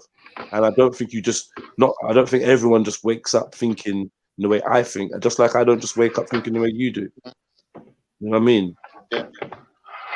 But I've come to be aware that a lot of my experiences have allowed me to detach. And I think detachment ultimately has been one of my greatest lessons. Detachment is supposed to be the ultimate freedom. And this is what I think my journey is, to detach from all notions and concepts. So do you believe you're anointed? Do you believe you're anointed? I know I'm anointed. 144,000. I know this. Many people know it too. What you mean about themselves or about you? About me. Oh. I can't speak for how people view themselves. So there's people out there that know that you're anointed. 100%, yes. Very high up people. So then you don't choose to be anointed, you're just born anointed, right? No, you choose. I have no idea. I have no idea. I have no idea how it works. I really don't. I have no, if I'm honest with you, I have no idea what it means. If I'm brutally honest with you, I used to think it meant that you was a good person and blah blah blah, till I discovered somebody else that I believe to be of the same ilk, and I don't necessarily think I share. Here we go again with constructs, morals, or do you know what I mean? Principles with them. But do you think of yourself as a good person? No, not anymore. Do you think that being good can kind of get you somewhere in this world, or with God, or get you? No. Being good don't add up to nothing, really. What is good? What is good? Like, what is good? That's what I'm asking. You know, no, I don't know about this. I don't know about this goodness. I don't know about this. Ask Khan the questions and do it to Khan. The more good you are, the closer you are to the more good you are, the closer you are to God. Okay, cool. That's a fact. I mean, let me get my brain into the alpha wave pattern first. You say it's a fact, yeah. I admire your conviction, but is this actually a fact? Because when you say the closer you get to God, yesterday I think I was speaking. Was it yesterday I was speaking to you, or the day before? And we obviously came to the conclusion that God created good and evil. Yeah, good and evil. I don't. I mean, hypothetically, we're in fairyland now, right? In even believing in, even talking about this God, we're in fairyland to describe attributes and whatnot. I believe we're in fairyland. You may believe you have fact, yeah. But with the theory of a God that created good and evil and always existed, I would say that this type of God would not, cannot, did not, does not create anything that is outside of him. Because anything outside of God would also have its own godlike status. This is why don't you know that you are gods? Interesting. Good evening, everyone. We're all extensions. This, We're all this extensions of the yes, Robbie, pick up yourself, King. This is why when God says I created good and evil in your book, it's explaining the fact that all exists within the creator. All exists. The good, the bad, the saint, the pedophile, the devil, the angel. No? And you know how I know that's facts, yeah? No, but you're making a big jump there, because Okay. there's a difference between creating a being that can rebel to saying, okay, because that being rebelled, that whatever that being's mentality is or what he chooses to do is within me. The very nature of the rebellion was written in the book and therefore foreseen by the creator. If you foresee something by a creator, if you are a creator and you foresee the actions of something you are about to create, then you create it anyway. You are culpable for all actions that being that you've created does, because you foresaw it before you created it. Let's not play this game. Well, I would put forward that everything that was written or everything that was put in the book of life wasn't for God's benefit. It was for our benefit to be able to, even though he knows what we're going to do. I think the most important experience is the human experience. I would say personally, regardless of the observer, he knows all, and what was mentioned before all, the most important experience is the human experience. Let me ask you a question. Yeah. If you come up with a chemical compound, yeah, and let's call it crack plus, yeah, and you come up with this chemical compound theoretically on a chalkboard, crack plus, and then you target somebody that you believed would be enabled because of the genetics to withstand your law of crack plus, and you also, through your psychological evaluation, recognize the fact that on taking crack plus, this person's rage gene would be activated and they would become a ruthless murderer. Yeah. If you created the crack plus and gave it to that person and they acted out everything that you theorized and you knew would happen, would you be culpable for their actions in a court? Morally or legally? In a court of law, morally and legally. Yes. I rest my case. This is why I would sacrifice a part of me. This is why I would sacrifice a part of me to bring them out. Or just don't create it. But why be lonely? No, hear me, bro. Lonely. God's lonely? No, not lonely. I mean, as in, why not model something? Okay, it's like saying don't have kids. Everyone wants to have a kid, right? Yeah, I would say don't have kids if you know that you are going to subject that kid is going to be subjected to a certain level of whatever. But that makes them stronger. We're essentially God's kids. Okay, God's kids. So God created the ability. I mean, I would argue the fact, I'm going to stick with pedophilia because it's the thing that gets people's back up the most. Not the me. thing that most of us, not you. No, only because like it's not part of my. I know what you're saying though. Continue. Sorry. It's the thing that for me as a parent disgusts me the most, like pedophilia. Yeah, the thought of an adult violating my child or any child is a repulsive thing. So when we talk about this God is good and blah blah blah, your God created a pedophile knowing he would commit a certain act on an innocent child. Now you're going to probably give me some jargon about how if it's a test and blah blah blah, or Jen's going to give me some shit about karma and in a past life. But me, I'm not square. You can't square that up with me, bro. You can't square up the fact that your God created a pedophile and created a child knowing what would happen between them before creating them. In all honesty, So a serial killer coming back to life and doing pedophilic shit is kind of easier to believe than an all-knowing God, omniscient, creating something like that.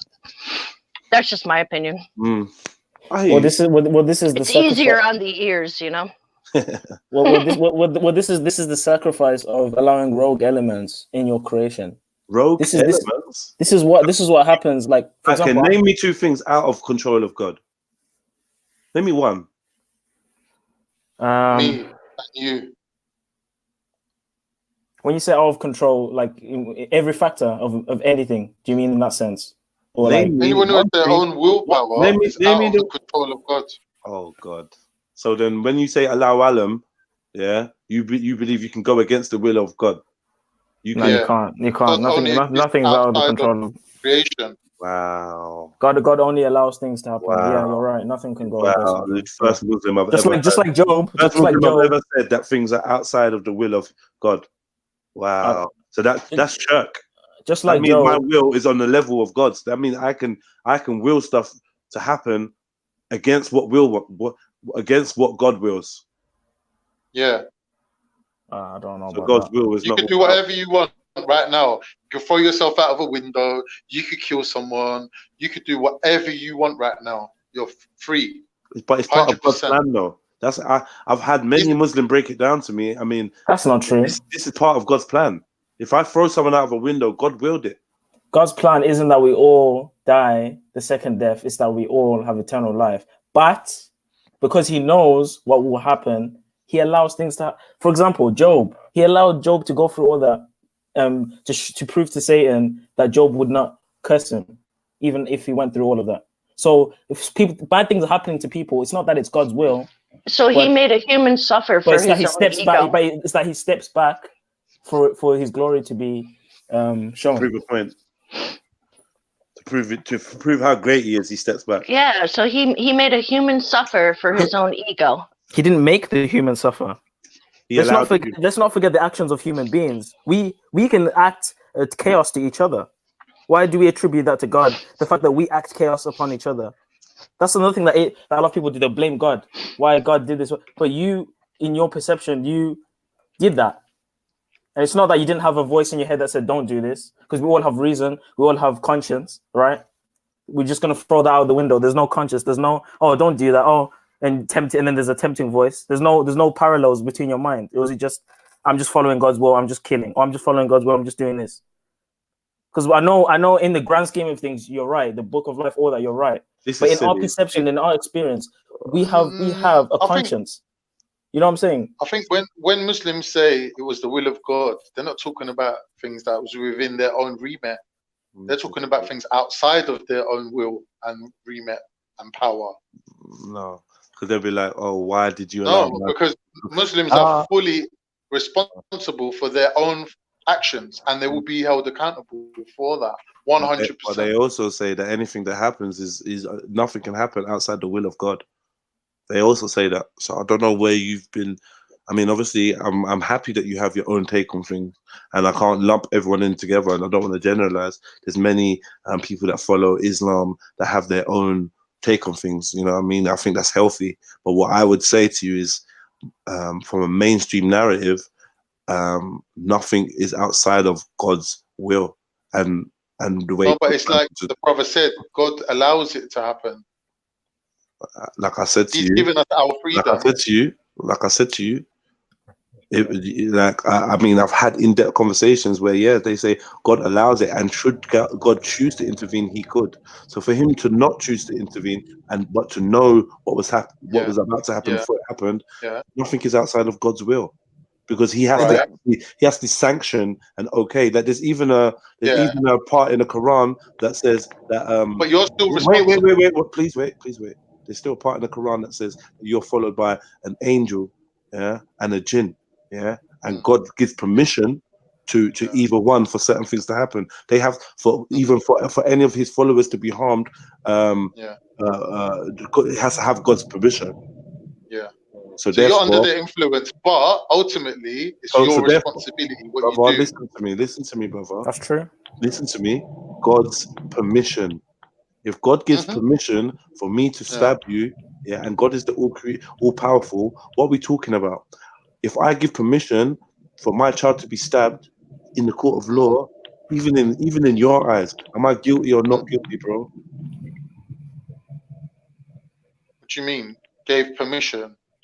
You asked someone to stab your child and they stabbed your child? No, not ask somebody. Somebody wanted to stab my child and I said, go ahead, stab him.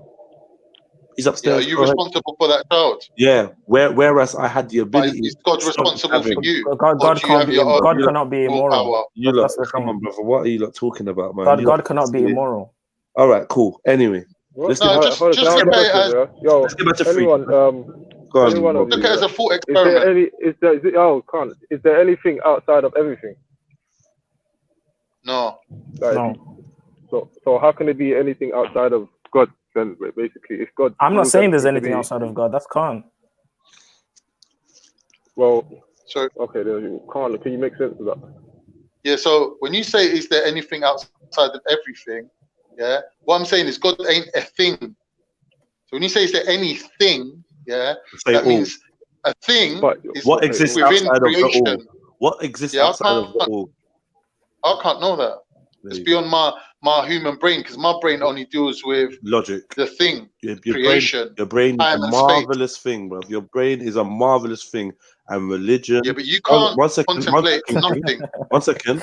Religion, yeah, is going to tell you, because there is no such thing as no thing, because all we see. Exactly. Listen to me, brother. Listen to me. Listen, please listen, brother. Yeah.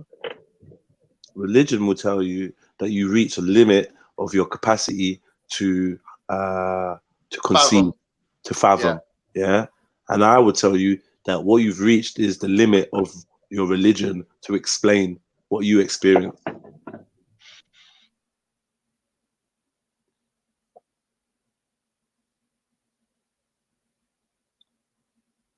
You feel me? Yes. What about this though, Jed? What if some of us are bots? What if some of us are NPCs? I would then call the Buddhist into the No. I have a question. What if some of us are bots and NPCs, and then some of us are players? So when all these bad things happen to others, we think it might be like if it was us as players. But what if they're just NPCs and bots, a part of this whole environment? Sorry. Sounds like an anime. No. I'm trying to use simulation kind of language in it, because I believe in the simulation theory in it. So then I think whoever's playing the game is a sick motherfucker. Okay. So because you think he's a sick MF, are you not going to try and win, or are you just going to complain and lose the game? No, because I don't believe that the player is what the NPCs think he is. I don't think he's the ultimate programmer. Okay. Because I've been looking at some people and I was thinking, is that even a human? Like, is that even a soul? Like, some things happen, and it's just all for our experience. But I don't believe any sentient being is not. Rain Hands has asked me a question, yeah? Not true, Jez. Can you explain beyond the limit? What limit? You'd have to explain the limit before me to explain. Whose limit? Exactly. What limit? What limit are you talking about? What limit do you mean? I see no limit. I see no limit. The only limit I see is when I speak to some people that are entrenched in a way of thinking, which to me is ridiculous, because thinking is not about one way. I just don't even understand how that works anymore. Maybe at some point in time I was there, but a way of thinking is a small segment of ways to think. Yeah, but like Jedi. So do we believe in right or wrong though? Have you ever heard this saying that religion just like stabilize the wheels on a bike? There comes a time where you have to take it off, innit? If you say so. So religion's just like laying out the basic groundwork for everyone to start off on the same page. Then I call that some people can raise their level to the point where they don't need religion anymore. Or some people were born at a level like as i.e. Yeah. Listen. Yeah. Listen. I.e. all of us born at a stage where we don't need religion. Maybe there were some tribes or some barbaric people or whatever. I don't even say barbaric, but some people that maybe they felt for their best interest they needed a set of stories and ideas to govern themselves. Just like the people that believe that they need government, they need the police, they need a set of laws. There are people that live free from that. I believe that I am from a tribe of people that goes beyond race or age or location, that don't need any of this, like literally any of this. And then we all agree that some people, from based on their actions, look like they do need it.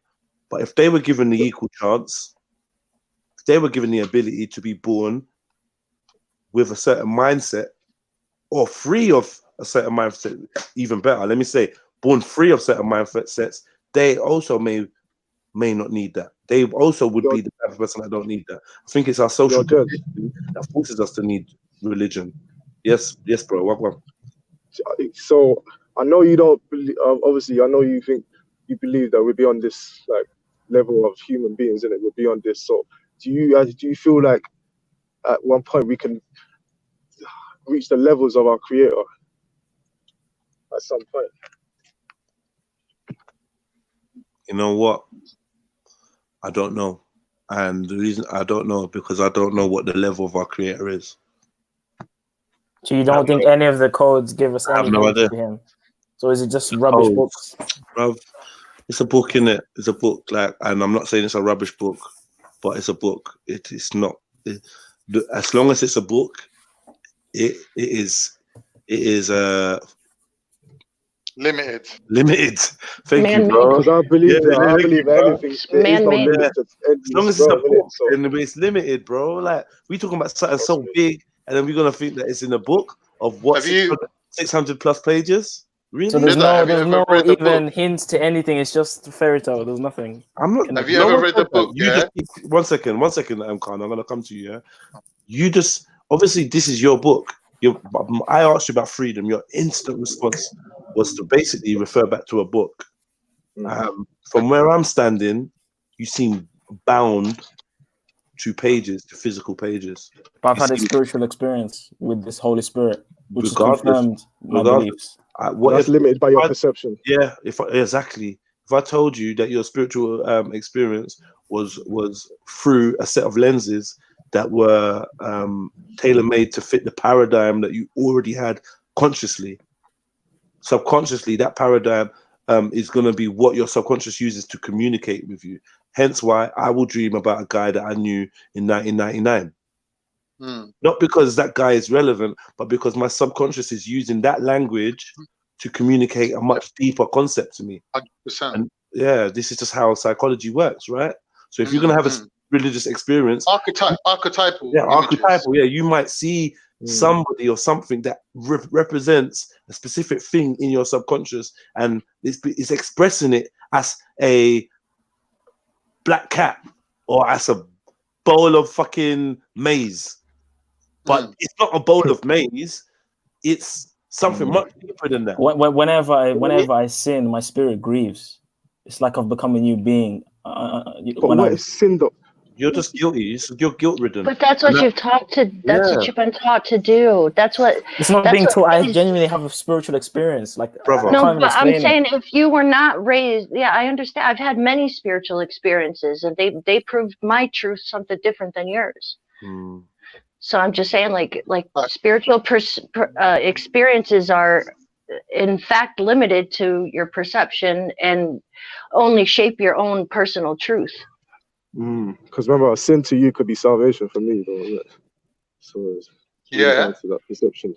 100%. But yeah, like I feel like if you were never introduced to the Bible, you'd still have a conscience where you know right from wrong, but you wouldn't have such an oppression of guilt.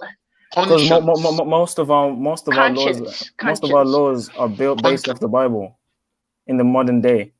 So without all that, you would have you know, cannibalism in Europe, for example, which was here before Christianity came here. You would have cannibalism, all sorts of baby sacrifices to pagan gods. So to say that the morals is in you already, I don't know about that, because in other people, have you read the book called The Weight and the Power? No, I have not. It's called the Tao Te Ching. Have you heard of it? No. The first line of the Tao Te Ching, which was written about 4,000 years ago, says the way that can be expressed in words is not the true way. Exactly. And you know what I know, and imagine this is how I know, I've expressed this many times over the years of talking to other people, and that came from myself. This is why I put books down. This is why I don't read anymore, even though I have books. And it's because I realized from certain experiences and speaking to certain people and then delving into myself, I realized that no sign, no symbol, no word could ever describe the truth. And the further away you move from signs and symbols and like I said, bro, it's a close stabilizer. Not even stabilizer. I don't even think. I think they actually, not even that, bro. Not even that. I think they actually stop you, because babies are born with so much innate ability that what we do is we deprogram them, and we program them with our bullshit. Yeah, the best way to learn to ride the bike is without the wheels, without the stabilized wheels. They stop you. I know this language Most thing people is don't definitely know that. like limiting us, car. I know that through like my experience through the DMT trip, and boy, like obviously I can kind of describe how it wasn't a full trip, like the total trip, like going beyond worlds in it, but there's no words that can actually describe that. And literally, yeah, man.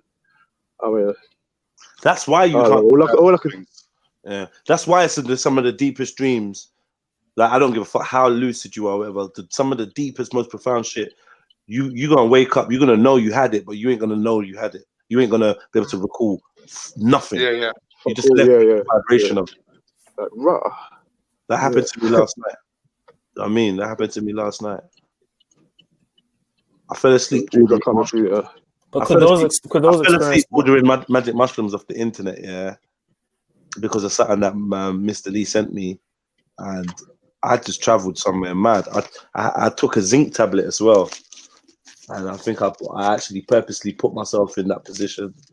But you see, those experiences are real to you, right? But my experiences are real to me. So which one of our experiences?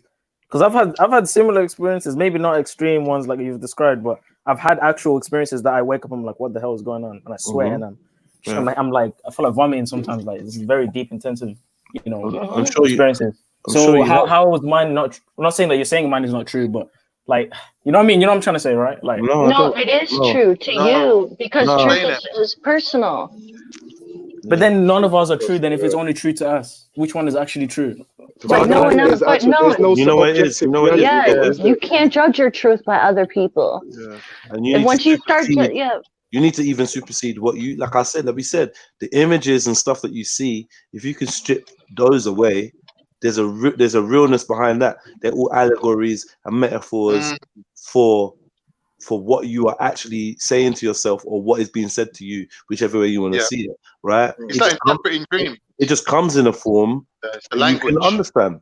This is how your subconscious or the all can communicate with everybody, no matter what language you are, because it speaks in a language. Because you are going to be the interpreter.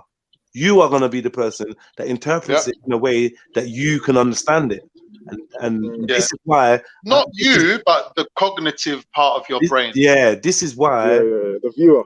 These books are, for me, are even more problematic because they strip away your ability to do that, and then you want me to believe that, for instance, God wanted it to be written in Aramaic. God wanted it to be written in Arabic. God wanted it to be written in Sanskrit. I'm like, I'm not being funny, Jedi. Like, I've been on that journey that you're explaining, and these religions ain't really providing the answer for That's that. the words of the book. But You know what I mean? but Like, Con, you are a the Muslim.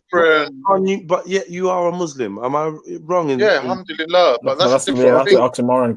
That's a Okay. But I different feel thing. like it's the first step. But If you want to go down this Islam is path, not it's like a baby steps. Islam's not a religion, Con.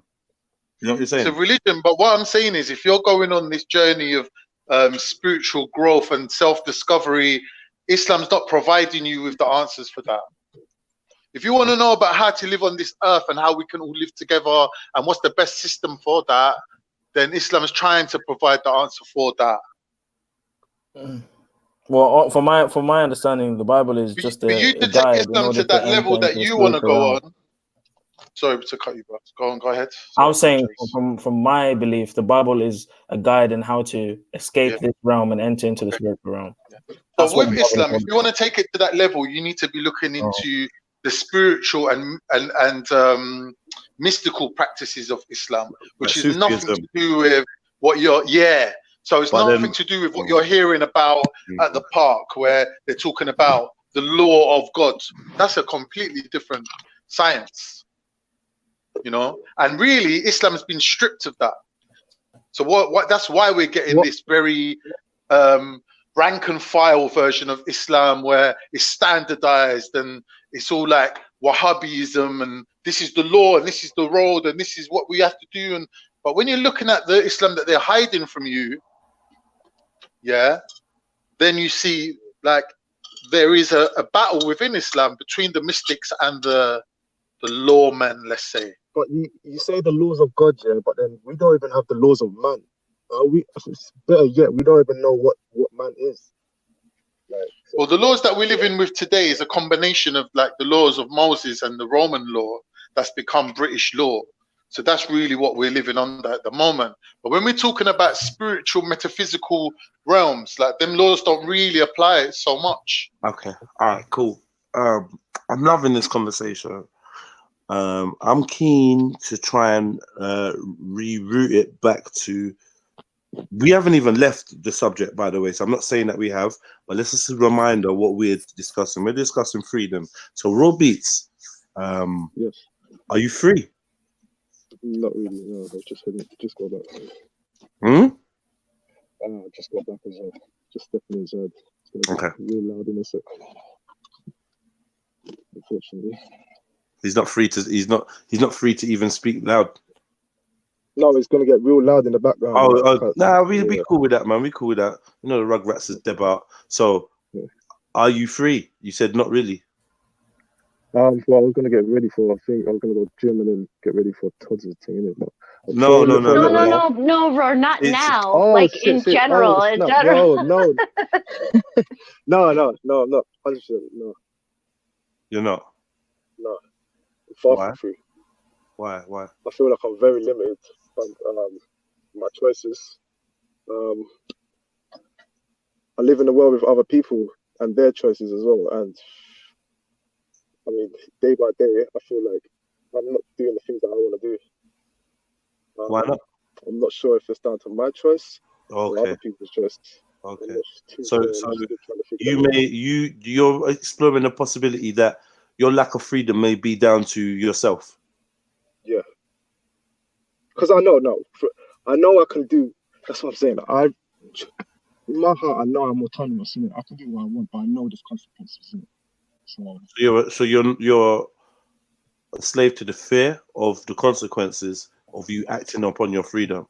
So that's duress, and in a court of law, that you would have a diminished responsibility because you are under duress, under threat of physical harm.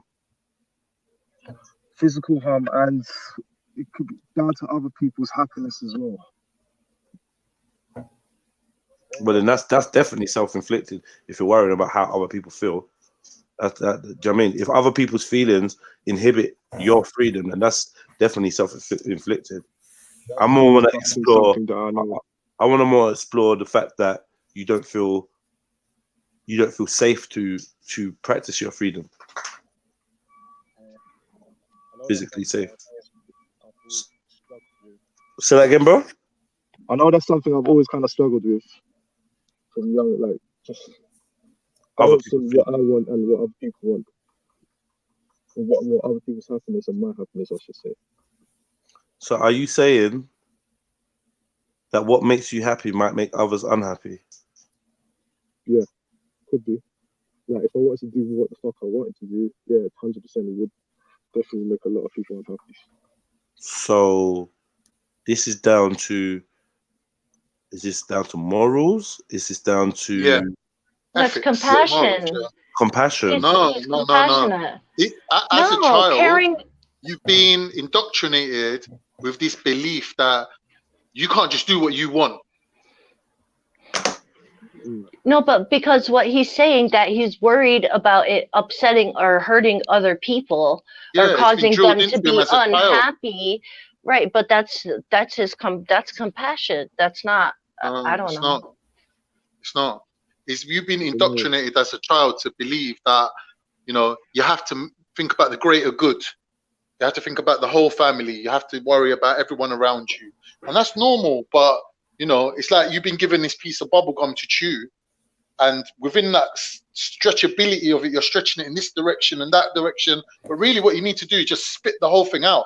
You see what I mean? And that's a massive step for someone to say, everything that I've learned, everything I've been taught, all the morals that's been put in my head, I'm just going to spit it out and it's just going to be a clean slate. Do you know how hard it is to do that?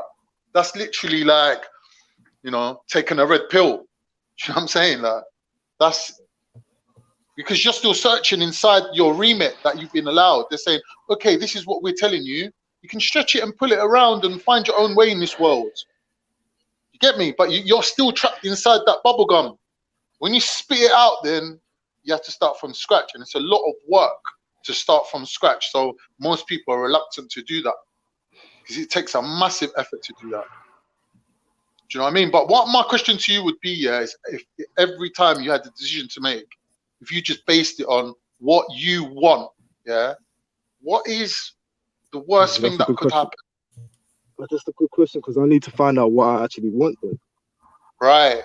What I truly want. Because maybe my wants are not really what I want. Maybe it's just down to my circumstances. Right. Maybe your wants ain't really what you want. You've been conditioned to want them things. So only when you can truly do what you want, then you know that that is what you really want. And when I think about what I want, it might come across selfish when I say it. But when I do it, I know that it's guiding me to my destiny, to where I'm supposed to be. But wanting things is like clinging is not, I don't know, good is not, wanting is not always a good thing. Like if you wanting is like a form of lockdown because you could free yourself from wanting as well. From greed. Yeah. Yeah. You could free yourself from wanting and you could just sit there staring at the wall with a blank mind and be the happiest man in the world. And is that freedom? You could be free. Yeah. You could be free. Because I've always said I always felt myself like I always get what I want. Like, when I truly wanted it, I always got what I actually wanted. When I put my mind down and said, "Yeah, this is what I'm gonna get. This is what I want." It always happens. But then I don't find myself having those conversations with myself too much. Like saying, "Yeah, this is what I want." Like, it's just I'm just going through the day. Like I'll be happy with this. I'll be happy with that. But is it really what I want? I mean, there's not a lot of things that I want in this world, to be honest. So I do struggle with that sometimes. Oh shit, what happened? No, we're here for. Oh. Yo, Wagwan, sorry, what happened? We'll just chat to Mills on the phone. I'm back now. Dingo Jones says Mills showed you all that not all Turks are the same as Oz, the separate military man. You think that Mills showed man that? What about all the Turks and the Cypriots that I went to school with? What about all like, come on, brother. I know you don't think that we're ignorant to think that one man represents a whole nation. I mean, you should never ever think that of us, man. This is definitely the open-minded platform, and Yeah, man, that's just not us. But yeah, I appreciate what you're saying. Mills is a good guy, and as you read that, I'm actually on the phone to Mills. I just come off the phone to Mills, so that's funny. So we were gonna do that big link up. We're linking up with Raw Beats today. We're linking up with Nay. We're linking up with Chevelle. We're linking up with Todd's. Yeah, man, we're excited to, you know, when the family get together, it's vibes. You get me? Vibes. So yeah, where was we in the conversation, Jen? Or Zulu or Khan? Where was we? Well, the question I put to Beats was, if you did what you wanted to do, and you made the decision to like meditate on what you really wanted to do before you did anything, like, what would be wrong with that? To just do what you want. No, I'll tell you what's wrong with it, because Raw Beats is a little pussy, and he's scared to do what he wants. So he's a slave to his own fear. How about that? So step one, fearlessness. Yeah, thank you, I appreciate it. You know, I mean, Jen calls it compassion. I say Jen's a little pussy too. Why is that being a pussy? Why is that being a pussy? I don't know. I'm just playing the. So you do whatever you want to do. So you do whatever you want to do, even if it hurts your family, even if it breaks down your all right, Jen, let me people you love. Jen, okay, Jen, for your own greed. I got your answer. Oh, wait, 1 second. One second. What you said, you led me. You're leading me now, Jen, because you said for your own greed. Who said what I want to do or what Raw Beats want to do? Exactly. No, not. I mean, so greed in the sense that you would do whatever you want for your own self. Yeah. Even if it hurts other people. Okay, let me ask you a question. Is that not like greed? Let me ask you a question. Oh, well, not answer your question. What I want to say is the fact that some people may be hurt by Jen's actions does not mean that Jen is hurting them. It is their own perception. Jen, the way you just challenged me just then hurts me. I don't like the way you just spoke to me. I don't like the way you just challenged what I said. That's hurting me, Jen. Like, that's making me feel really bad. And I just don't think that, you know. And then if I go down that route, you have to now go to follow. You have to go down the route of, oh, Jen, I didn't mean it like that, Jedi. You know, like I was just saying, and and before you know it, you're feeling guilty for expressing yourself. People can be bad a little bit right there.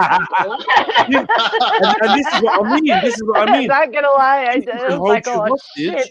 People can hold you hostage to not be who you want to be because of how they feel about how you being yourself. That's not life. Okay, you're not liberated, Jen. That's a liberation. Right, no, I understand. But in the example that I wasn't thinking of that example. So I was thinking more of like, if you wanted to go rob a store, then the people of that store's like their livelihood is gone. Want to do that. No, I wait. You can't say you shouldn't want to do that because even though it isn't an but extreme, that's doing whatever you want to do. Yeah, I'm gonna have to agree with Jen on that. Let me answer. All right, go ahead. One second. You're gonna answer, yeah? I'm not gonna cut you up. I'm not even got nothing to say except for Khan.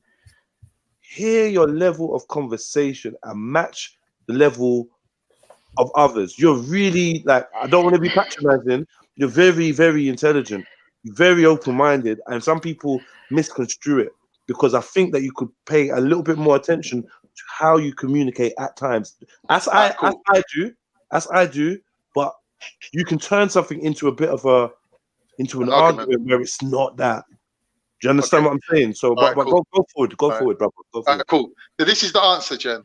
When you talk about what you want, and we're talking in layman's terms, you usually be driven by your like you said, greed, selfishness, your ego, your desires, But when you transcend all of that, and what you want, is actually being fueled by your inner self, then everything that you want, will be correct for you. So you won't want to do something, that's other than anything that's guiding you to your destiny, to your achievement of what you want to see. So my achievement is financial freedom. When I say I do what I want, my wants come from a certain place inside me that you're not really accepting. You're saying, okay, if you do what you want, it's going to be a selfish act. I'm saying if you transcend your ego, then what you want is not fueled by your ego, it's fueled by your inner self. No, I understand that, but I'm talking more in physical things. Like, so in order for me to progress, I need financial freedom. So if I could walk in this bank and take all the fucking money, and I'm not going to hurt no one by doing that. Like, that's what I'm talking about. This is what I'm saying. Once you like, transcended you can't just the do ego, whatever you want. You never would want that. I hear you, Jen. I mean, this is back to, I had to question myself. Why did I come up with the whole paedophile analogy of going to France and leaving France and blah, blah, blah, when Shizzle said that he just wanted to travel freely? Why do I have to come up with this phantom, this moral, what's the word? Opposite, yeah. Because it's like, what is it about us when somebody says freedom? We think, oh shit. What is it that there's an argument? And I know you've seen it when black people talk about liberation. Another group of people think, fuck, you're excluding us, or you're now gonna be against us. Or a woman says, oh well, we just want to have a women's group, and a man's like, fuck, you women are just gonna raise against. Like, we have this tendency, and I'm not saying it's wrong either, but why do we always think in that way?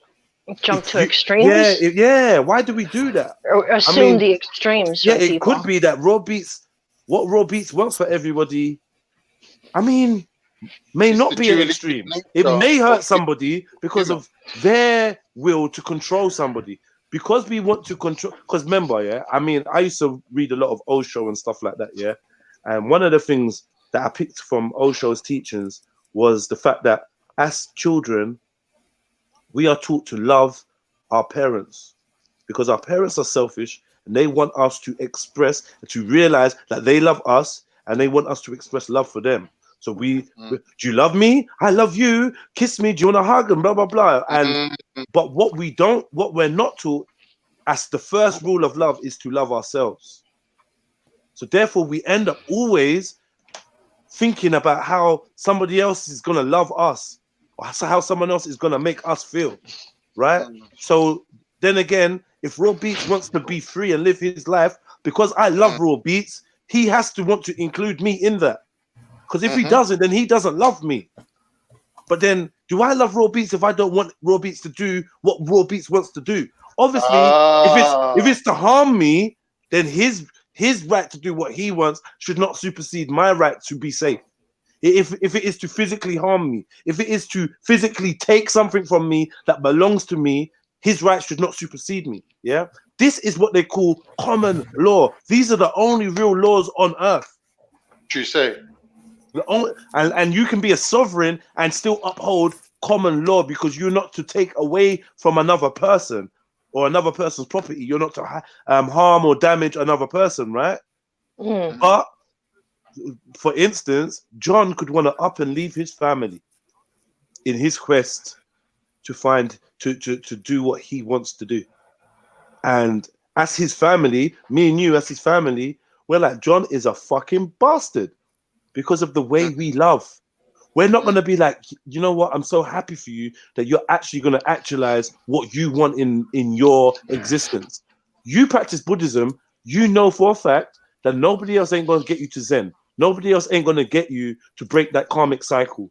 You have to break it for yourself. I can't break yours as your husband or as your brother or as your father and vice versa. But yet our journeys in this false paradigm seem to be so linked, seem to be so dependent on what the other person wants and doesn't want.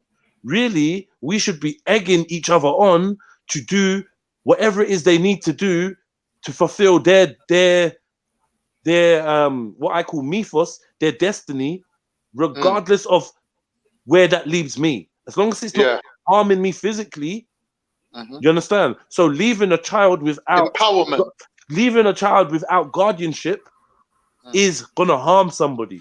So you should not do that. You understand? But any other choices that empower the one should also empower me to see the possibilities of what the one can do. But we obviously don't see the world like that because we're programmed to think from a selfish perspective.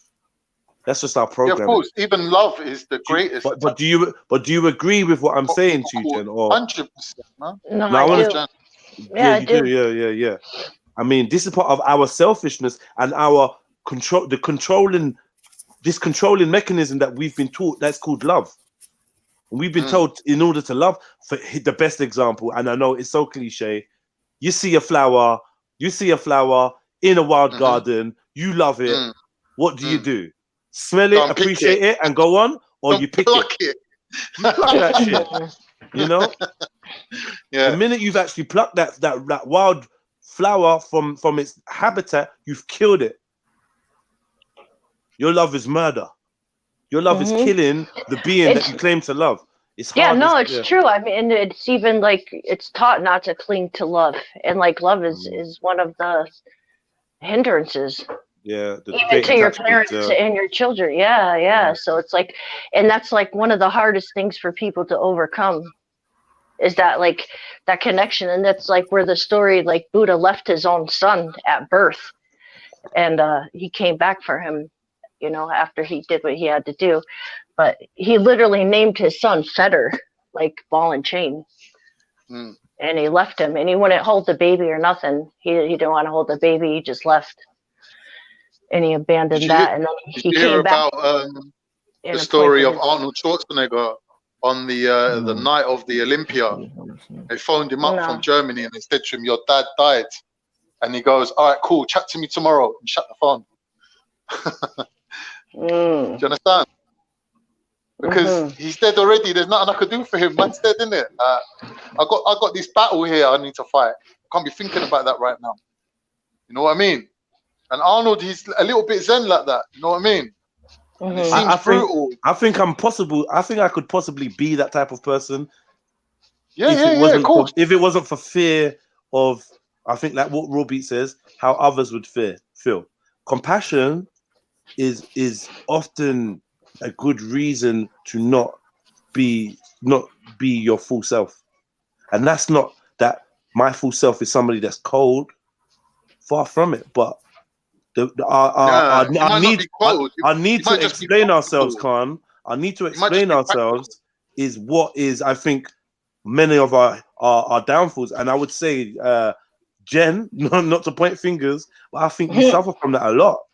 You know, like what do you mean? Jedi, do you mean the fear of being judged? The fear of being misunderstood, the fear of being judged. I think it's all one and the same. Like this super need to explain ourselves. I have it, but I am in a process of detaching from it, and it means that halfway through an argument, I need to be able to be like, "Fuck it, cool, okay," but I've got this need to declare to the world what I'm actually trying to communicate. That's why me and you will argue so much, Khan. Because I need you to know, you have to get what I'm saying, and you know. And at some point, I need to learn that cutoff. That yeah, I'll be the first one to admit that. I'm definitely yeah. It's this thing about like defending yourself. It's like it's such an ego thing, you know. It's so hard to let go. Money. I've thought this so much. Like ultimately, I say to myself that my only teacher, human teacher, could be a man that was raised in a cave and brought straight to me. Not even straight to me. I went to that cave and sat in front of him. That could be the only man. Do that. No one has done that. No, listen to me, brother. Listen. No, wait. Listen. Nobody has done that. And if he has, we've never met that person. The person that have lived in complete isolation from all, including the mother and father, only had nature. Yeah. If that person exists, we don't know them. And I believe that people have been put in those positions to study, but we would never be allowed to interact with that person, because that person is probably as godlike as you could fucking get. Do you think? In flesh. I agree. Yeah. Yes. I agree. Explain Why? Because they will be filled with the life essence, the source that we were all filled with at birth. Because what happens is, when we look at a cup, a baby is like a cup. We look at the cup as an empty vessel that needs to be filled with a substance. What we don't understand is that there is no such thing as an empty cup. And the proof of no such thing as an empty cup is seal that cup and throw it in water and it will float. Why would it float? I see what you're saying. Because there's air. Exactly. So nothing is ever empty. The whole half empty, half full is bullshit. No, there's nothing empty because me and you already got to the conclusion there's no such thing as nothing. So there's no way that a baby could be empty, but we spend all this time trying to program and teach the baby the way of our world. Whereas that baby has come from somewhere much more divine and pure than we can fathom because we've forgotten where we came from. Yeah. So that's what I'm saying. That baby, if it was placed in a cave, somehow sustained in some way that didn't even deal with that. I don't know. They do this in zoos, yeah. They try to feed.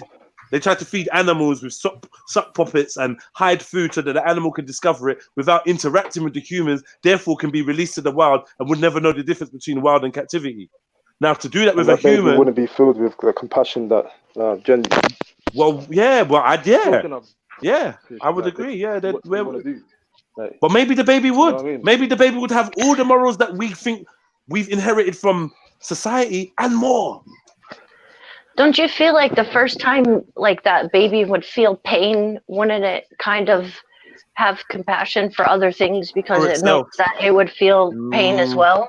Well, do you know how long it takes for a baby to recognize itself in the mirror? There's an actual test. Do you know what I mean? Yeah, there's a test. It's a beautiful test. So at the first stage is the baby is actually going to be either fearful of its own image or try to interact and play with it. Do you know what I mean? Yeah. And it will take a long time. And I think mainly humans teaching that baby that is them, because that baby has no way of knowing it's them. You can't see your own face. So how would you know that was you? You would just see this image appear and whatever you thought that was. Because really, for me to teach my child that is him in the mirror, he has to see me in the mirror and look at me in the mirror, then look up at my face in real life, then look back at the mirror and look back. What's the test? Okay, so the mirror, we get a mirror, you put baby in front of it, you maybe hold your baby, and I'd do something like I would stick my tongue out, or I'd place something on the baby's head. Now the baby would either go to touch the mirror, to touch the head. When the baby realizes, whatever stage it is, when the baby realizes that is him or her in the reflection, it will go to touch its own head.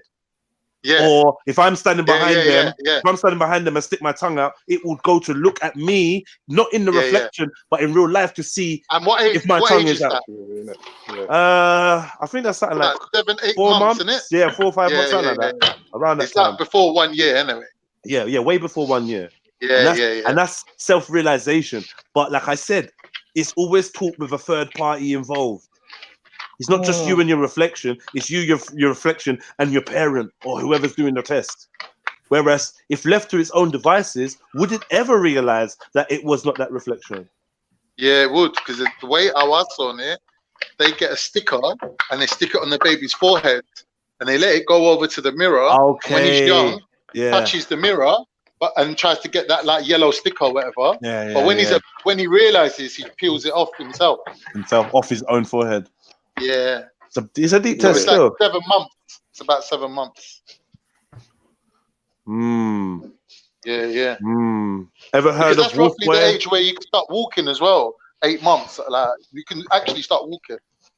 So the brain's grown big enough now to have that ability. Yeah, my daughter walked at 10 months.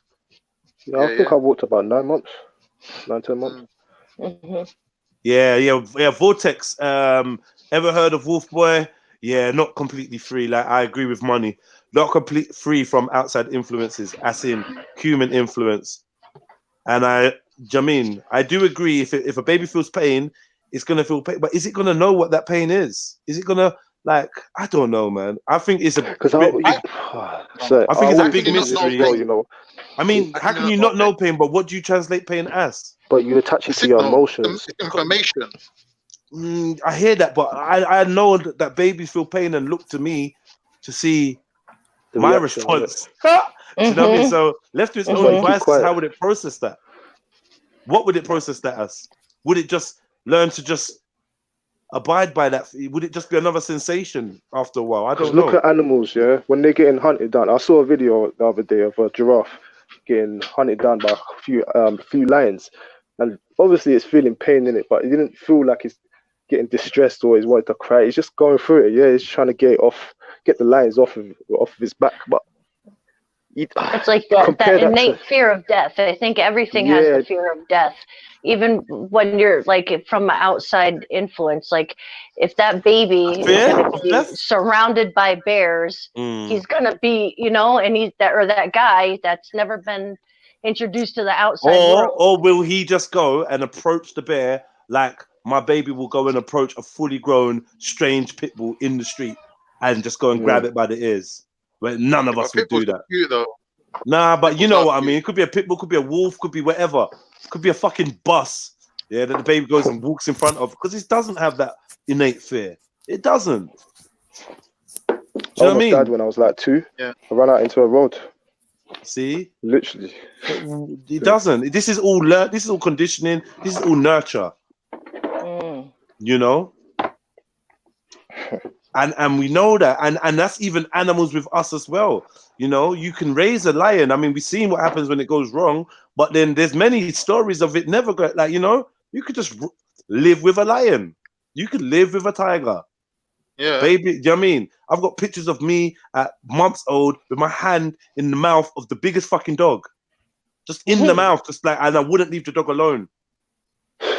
Pulling tails, pulling ears, pulling whatever. Do you know what I mean? Anyway, family, I'm gonna listen in. I've got a charge on my phone. Yeah, I'm gonna link up with you later. Yeah. Yeah. We link up, brother. See you in a bit. Take care, bro. See you later. You know. So I don't know. I don't interesting to think about. Like, I don't know, because you think like even animals fear death. So like in the nature, why wouldn't human fear death? What do they fear death? No, I mean fear death, or do they? What do they fear? What is it they're actually fearing? So did you ever see like contemplating their own mortality?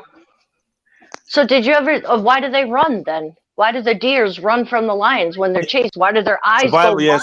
Survival why instinct, does it, right? Like why does their why do they protect their babies? Like why do they, you know, why do cows cry when they're separated from their babies?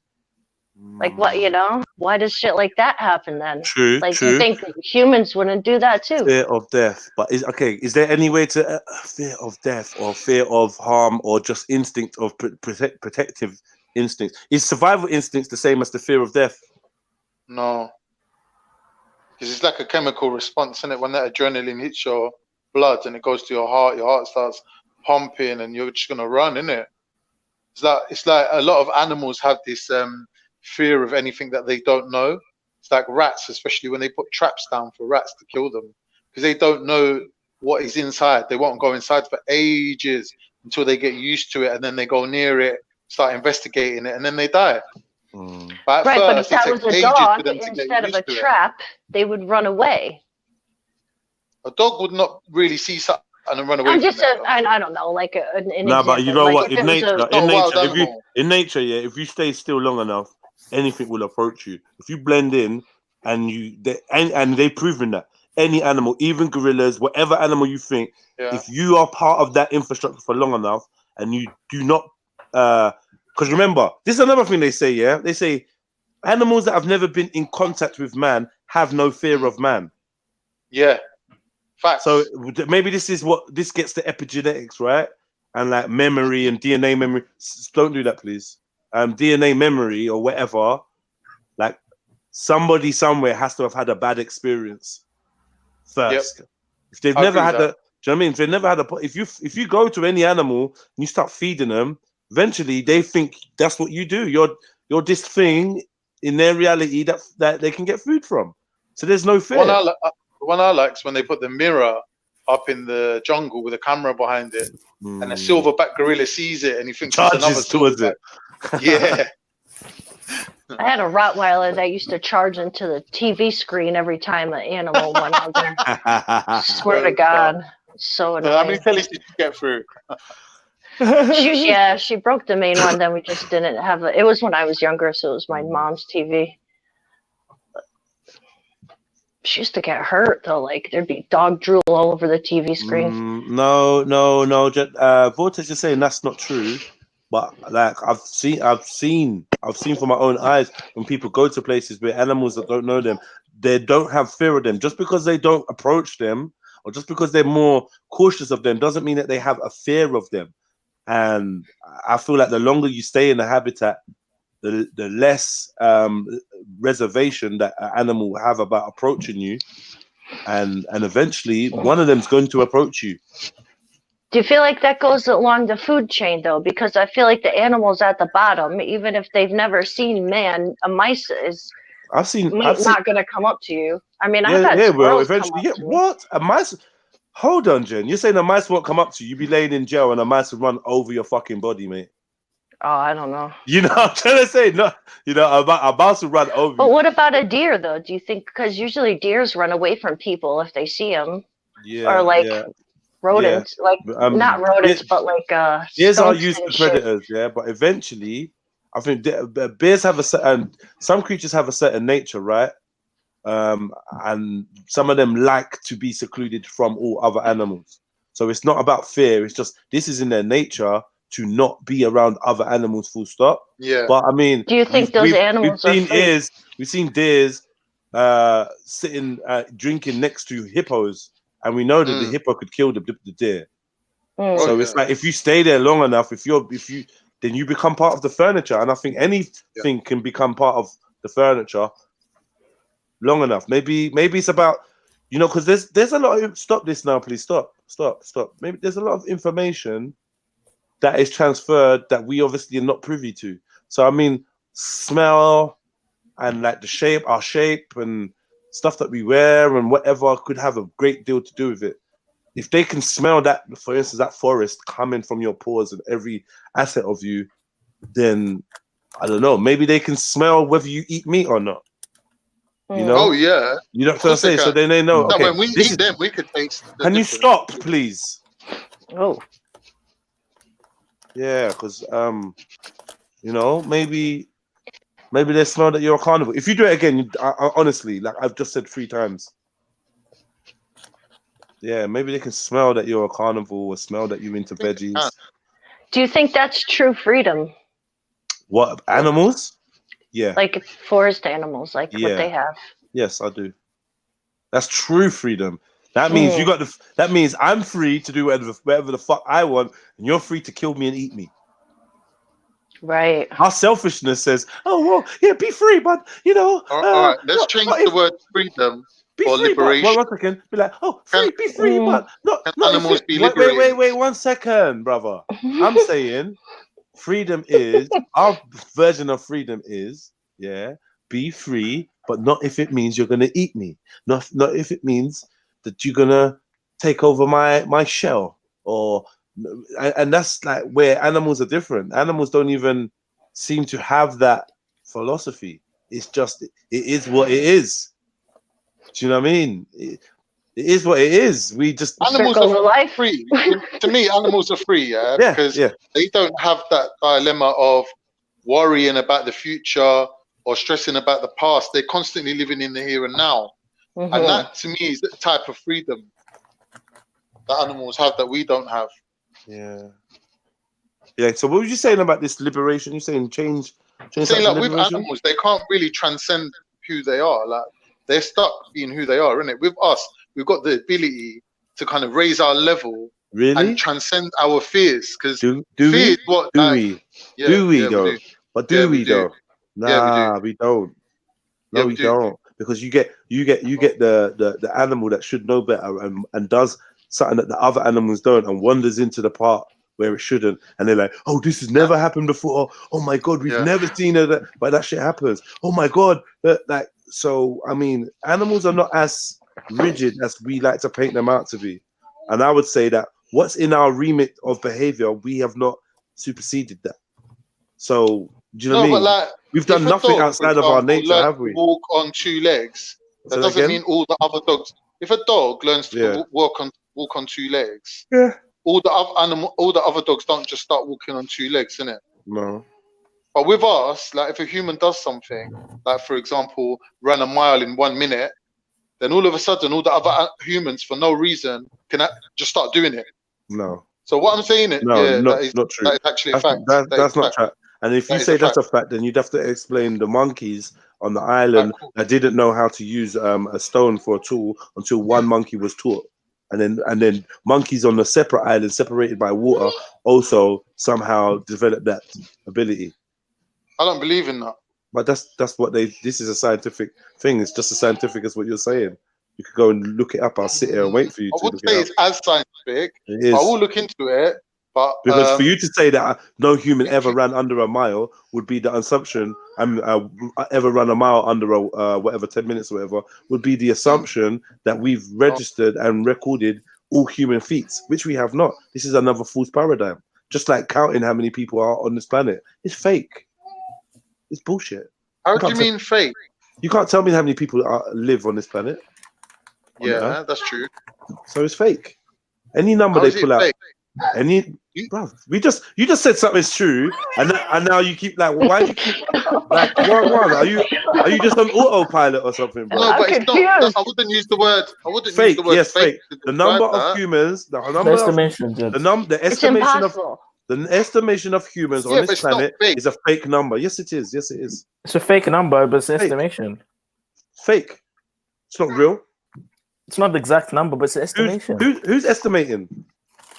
Well, everyone's birth. If I'm holding a race, behave yourself, man. Everyone. Hold on, one sec. No, wait. Let me get on every year. Answer, bro. If I'm holding a race every year and it's advertised throughout the whole world, and I'm saying whoever wins this race, gets £100 million or whatever it is, We just discovered a whole tribe of people. Is that my fault? We just discovered a whole new tribe of people, the North Sentinelese, We have no idea how fast they run, how high they jump. Like, this is a joke. They can apply for next year's race, Stop. Just Khan, you need to learn to conversate better. Slow down. Give me some space. Stop. I'm not finished speaking. You need to learn. Give that space, Khan. Give that space. Khan, breathe. This because you turn your style is all argumentation, and it doesn't. We're discovering something together, and I'm trying to discover something with you. The fact that we cannot record the humans' feats, like what humans can do. We cannot. The Guinness Book of World Records is a fake book because it only if you think that this is a representation of humanity. This is a representation of a company that has tried to acquire as much information as they can, supposedly. Because for all we know, they could be suppressing people that actually have smashed some of the records that are in there, right?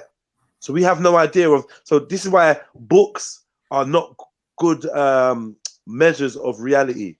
Yeah. The estimation of humans and how many humans exist, is a mere fallacy. It is literally fake. It is not real.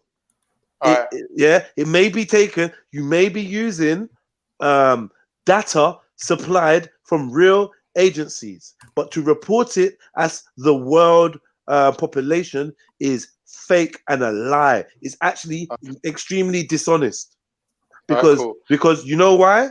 Because in every nation we have millions of people that have been reported missing that have never been found. And guess what? They are all Let me know when you're done because I want to say something. Yeah, all right, but you don't interrupt someone by saying "Let me know when you're done, Khan," because you want to say something. But you should listen. But I'm making a point. But I'm making a point, Khan, and all you have to do is listen because you might learn something. Come on, Khan. You've got to Khan. Repeating yourself can't be part of a point. You make people want to give up. You make people want to give up communicating with you, Khan. And I'm a very patient man. Oh my God, he's calling himself patient. I am very patient. You are not. What? All right, Khan. Go on. I'll let you finish. You just gotta slow down, Khan. You don't get it. You don't. You have no awareness. You have no social awareness of rhythm of conversation. All right, cool. Go for it, Khan. But I want to make sure you're done, though. Are you actually done? I wasn't. You interrupted me. No, I'm happy to listen. But you're not because you're not fucking listening, Khan. Listening is not talking. But I need you to tell me when it's my turn. But then listening. That's what I'm asking you to do. No, your turn will be when I finish speaking. So you interrupting me to say you need me to tell you when it's your turn shows you are lacking something socially, bro. An awareness or something. I'm asking you to help me with that. No. Yeah, I'm asking you to help yourself by being quiet and being an active listener. Active listening means, okay, you can give me yeah, I understand. If we're face to face, you can give me eye contact. Your body language can show me that you are being attentive, but in no way do you interrupt the person you are actively listening to, because that is the opposite of actively listening. Then you become actively speaking. You can't claim to do both. So your best bet would be, okay, let me just listen and wait for him to finish. This is self-talk that should be going on in your head. That obviously isn't. You're a big man. You should know and learn and grasp the skill. You are going from forum to forum, speaking and discussing and conversing. This is the basic skill that you need to pick up. Yeah? It's how not to turn a conversation into an argument. And the best way to do that is to be an active listener. Then if you are interrupted, the other person can be socially shamed when you say to them, I let you finish. I listened to you. Can you give me the same courtesy? It's simple 101 of conversating, bro. Conversating, bro. Right, the few things that I need to say now. Thank you, Jedi. I will try to do better. Secondly, I can't be publicly shamed because I am a shameless person. Don't feel shame. So, you know, just for your information, that is. What? But anyway, continue. What was the point of that, Khan? Just saying, I don't feel shame. You can't publicly shame me, bro. Like, well, that was not the main thing that he was trying to tell you. Like, to be not be. It was not the main thing. Like, come on. Just saying that's how I am, innit? I know myself. I don't feel shame. So, you know, that long speech was good, yeah. But on an informational level, I'm just saying, thank you. I will try to do better. You pointed out something about me, which I already know. I accept that. You're right. I have issues with that. I'm working on it. I mean, obviously, I'm not up to your standard just yet. But, you know, hopefully, working together, working with you, I can get there. So, thanks. Wow. Let's go back to the mind fucking questions. Those were funner. Funner, yeah. Yeah, those were funner.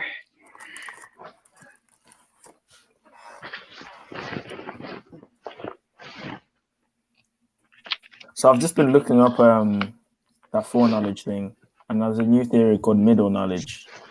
Which is, what's this middle knowledge thing? I'm trying to look into it because there's an alternative view to this omnipresent thing, which I'm trying to understand. So I mean, I think, yeah, the more, like, it's easier to fathom a creator that we don't give we don't put the burden of knowing all and seeing all and being responsible for all. Life starts to make a lot more sense. You know what I mean? The good, the bad, and why no one intervenes when this happens and blah blah blah. That shit starts to make a lot more sense. If we're left to our own devices, if we're created and left to our own devices, circa Prometheus, that type of mythology actually makes a lot more sense. Not to say it's correct, not to say it's correct, but for the logic that I am using, it makes a lot more sense to me to be created and to be left. It's like like your father to leave you, and then for your life, and then you're like, well, your father's always been present. Your father knows everything you've done, and your father was in control of everything, and rare, and you already. It's like, no, your father created you and then went about his business. Now it's up for you to live your life. That's the type of creator I could envision. That's easier, what the Bible says. Much easier than somebody who is an eternal father that is omnipresent, knows all, knows the beginning, knows the end, and everything else. That's a burden that I feel mankind puts on the source. The mankind puts personality and personification on the source and makes it think like a man and grieve like a man and angry like a man and jealous like a man and responsible like a man. Whereas it may just be that we are not as significant when it comes to what God is doing now. Maybe God's off creating now, still creating somewhere else. He ain't got time to look back on the prototypes or what he did then. It's done. You're created. Live your life. Do your thing. I'm still creating. You create now. Get me? Multiply the earth. Be a god. Be gods. Maybe that's a reality. But yeah, go on. That's exactly what the Bible says. But anyway, middle knowledge. Just a short definition of that. It says here, middle knowledge. This is a philosophical concept, right? And it says, is God's omniscient awareness of what would happen if certain circumstances were to occur, including the free, uncoerced choices of creatures in those scenarios. So it says middle knowledge is so named because it comes logically between God's natural knowledge, which is truth existing independent of God's acts or choices, and his free knowledge, which is truth dependent on his actions or choices. Like natural knowledge, middle knowledge is not subject to God's control at a point of great controversy for theologians. So what he's saying here, God's awareness of what would happen if certain circumstances occur. Would that not be a more plausible proposition? More plausible than him knowing everything before it happens. I'm starting to think this. It's more plausible for your need to give God a moral guidance, a moral framework. For you to place these personality traits on God, it would be more befitting for him not to know everything that ever happened before it happened. So to know the result of every circumstance, but not to know the exact. Do you think that's more plausible? So like he knows what would happen if you do this. You know what I'm saying? Rather than him knowing that I'm going to do this. Okay, which is what I'm saying is more plausible. Yeah, I think middle knowledge. It's a little bit more plausible, but I think it needs to be explored more. Yeah. So middle knowledge. Yo, family, I beg you lot, hit that like button. Our conversation is going to be ending pretty much soon, just because, you know, I got a few things to do and whatnot.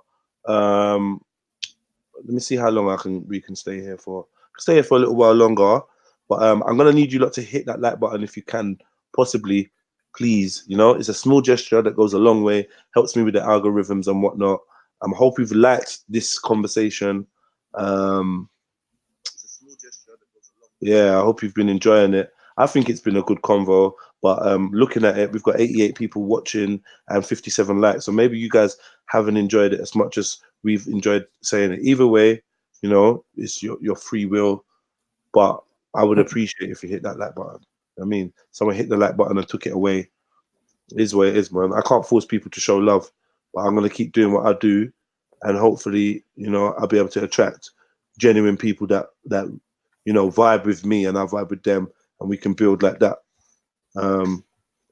Yeah, I just want to thank Mills in the chats. I just want to thank Rashad, Chill for Ebo, for showing some love on the donation side of things. I really appreciate that. Big up man like Khan, Uchia, and Jen, and Zulu for, like, you know, having this convo, like these 4 exercises. It's actually been really refreshing. You know what I mean? Somehow we did kind of pivot back to God, but we dealt with religion and God in a way that I think was way more healthier than ways in the past how we've dealt with it. I think this has been the best kind of religious / non-religious conversation I've had in a little while. You guys have got exceptional minds, and it's made me reevaluate certain things. Well, you know, I'm here to serve, mate. I'm here Absolutely. to serve. Because I'm starting to look into other forms of knowledge now, like middle knowledge, and it's starting to make me think of other things now. So, you know, beloved, you have to clog up the whole chat with like man them have to fucking get a grip sometimes, you know. I'm not gonna lie, bro. I'm not gonna lie. Man them get a grip. Like, try to conceal your special needs sometimes. Not do you know what I mean? Not the whole world has to know you got special needs, bro. Sometimes just chill out. Big up man like Anonymous, been writing some good shit in there. Big up Craig. Yeah, man. Big up Craig Evans as well, man. Who else we got in the chats? Money, Good comments coming from Money. Big up Veli Vision, always showing love, even though he's got his own G block thing going on over on his channel. Always comes over, slides through, shows some love. I appreciate that, my brother, man. Sincere people like you are hard to come by. Big up man like Step Nicely, brother from another. Hope you're good. Hope you're doing well. Who else we got in the chats, man? I don't want to miss no one out. Big up man like Vortex. Craig Evans, Radar. my favorite. Radar. Yeah, Radar. MC. Radar was in there?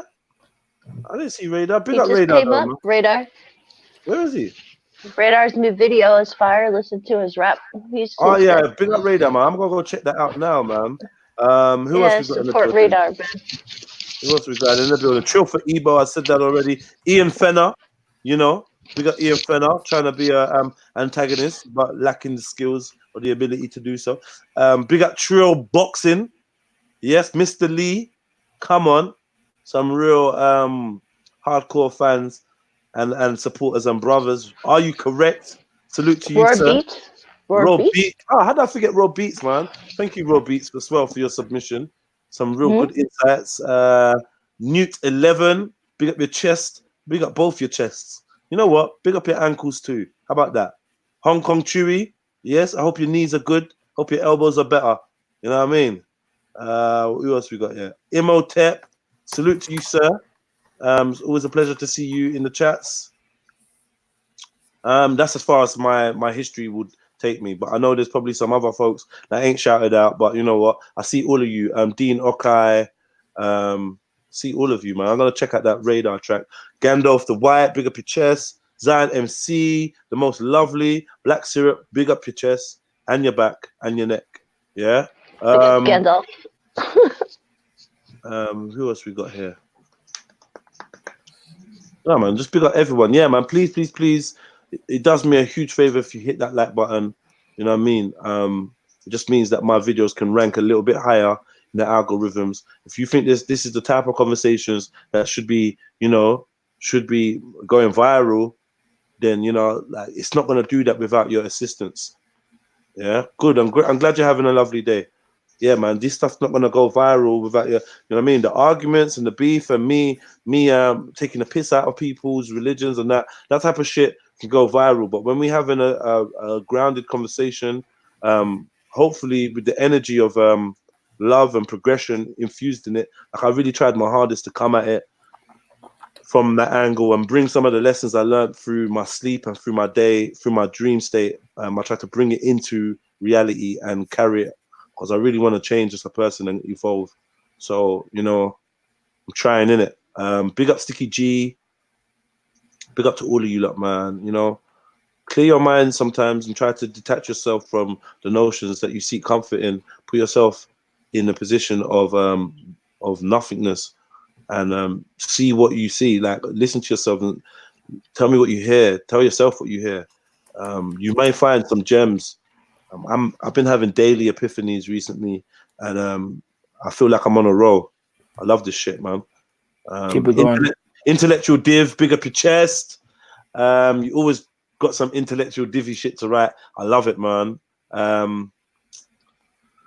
Melanin Monroe, I love your name, big up your chest. Hope you lot have a great Friday. Like, I don't know what you lot are gonna do. If you spend it alone or spend it with family or spend it with friends. Shabbat shalom. Spend it at work. Yeah, man. You're shalom and Shabbat to you, Zulu. I know it's your Sabbath coming up now. Yeah. So I hope you get a fruitful one. Thanks. Yeah, it's ending, man, because I don't like long shows anymore. So I just do a 3-hour show. Hopefully it's something that you can go back and listen to, maybe on a train journey or a bus journey or in a car. You can say, yo, put this on. This is great. Rather than it being some big, long, daunting couple hours and then ego flexing. I just want it to be potent and be to the point. I rely on you guys sharing it after the fact and letting other people know that it's dope. Give me instructions. Give me advice on how to make the conversations better. Tell me the stuff you want to hear, the stuff you want to talk about, and I'll be tailor making it to reflect the audience, because ultimately I'm only doing these shows. Well, one is for me to teach myself, and two is to share share myself with the audience, and also have the audience share themselves with me, and us to get to know each other and learn and grow. So I really need your support in this. This is the people's channel. Like, it really is. Even though I'm like at the helm of it, and I'm taking responsibility for it, ultimately it's the people's channel, and I just wanna supply something that is good food in the world of all this fast food and shit. You know what I mean? Like, I was always told, be the change you want to see. So hopefully I'm adding in a constructive, positive way towards broadcasting and YouTube streaming and stuff like that, man. Yeah, man. Big up to all the panelists.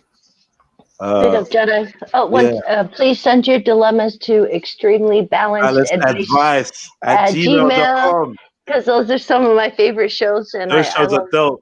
I love being on panels for those. And also the conspiracy. Yeah. Also the conspiracy corner is gonna kick off. Yeah, oh yeah, don't forget conspiracy corner Thursday 6 o'clock. We're gonna be delving into fallen angels, forbidden knowledge, and ancient aliens. So like they all kind of link up together. So let me know what you think about that.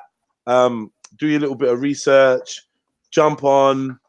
And yeah, link me on Thursday at 6 o'clock. We'll be doing that. Yeah, we've got extremely balanced advice. What else? We do the Sunday service, which is more like a relaxed show about whatever topic, but I stretch that on for longer than 3 hours. I let that take up most of Sunday, like morning and afternoon. You know, last Sunday service was amazing with Finest Wine, Khan, Chevelle. Like, it was pretty dope. Do you know what I mean? Go back and check that. That's. You can see that. Just look through my old videos. What else have we got going on? We do the gaming. Like, if you've got PS4, you want to join up with the Trill Army, yeah, or just hit me up, Red Pill Trill on the PSN network, and you can link up with people like Jen, Zulu. We're all in there. Most of the gang's in there.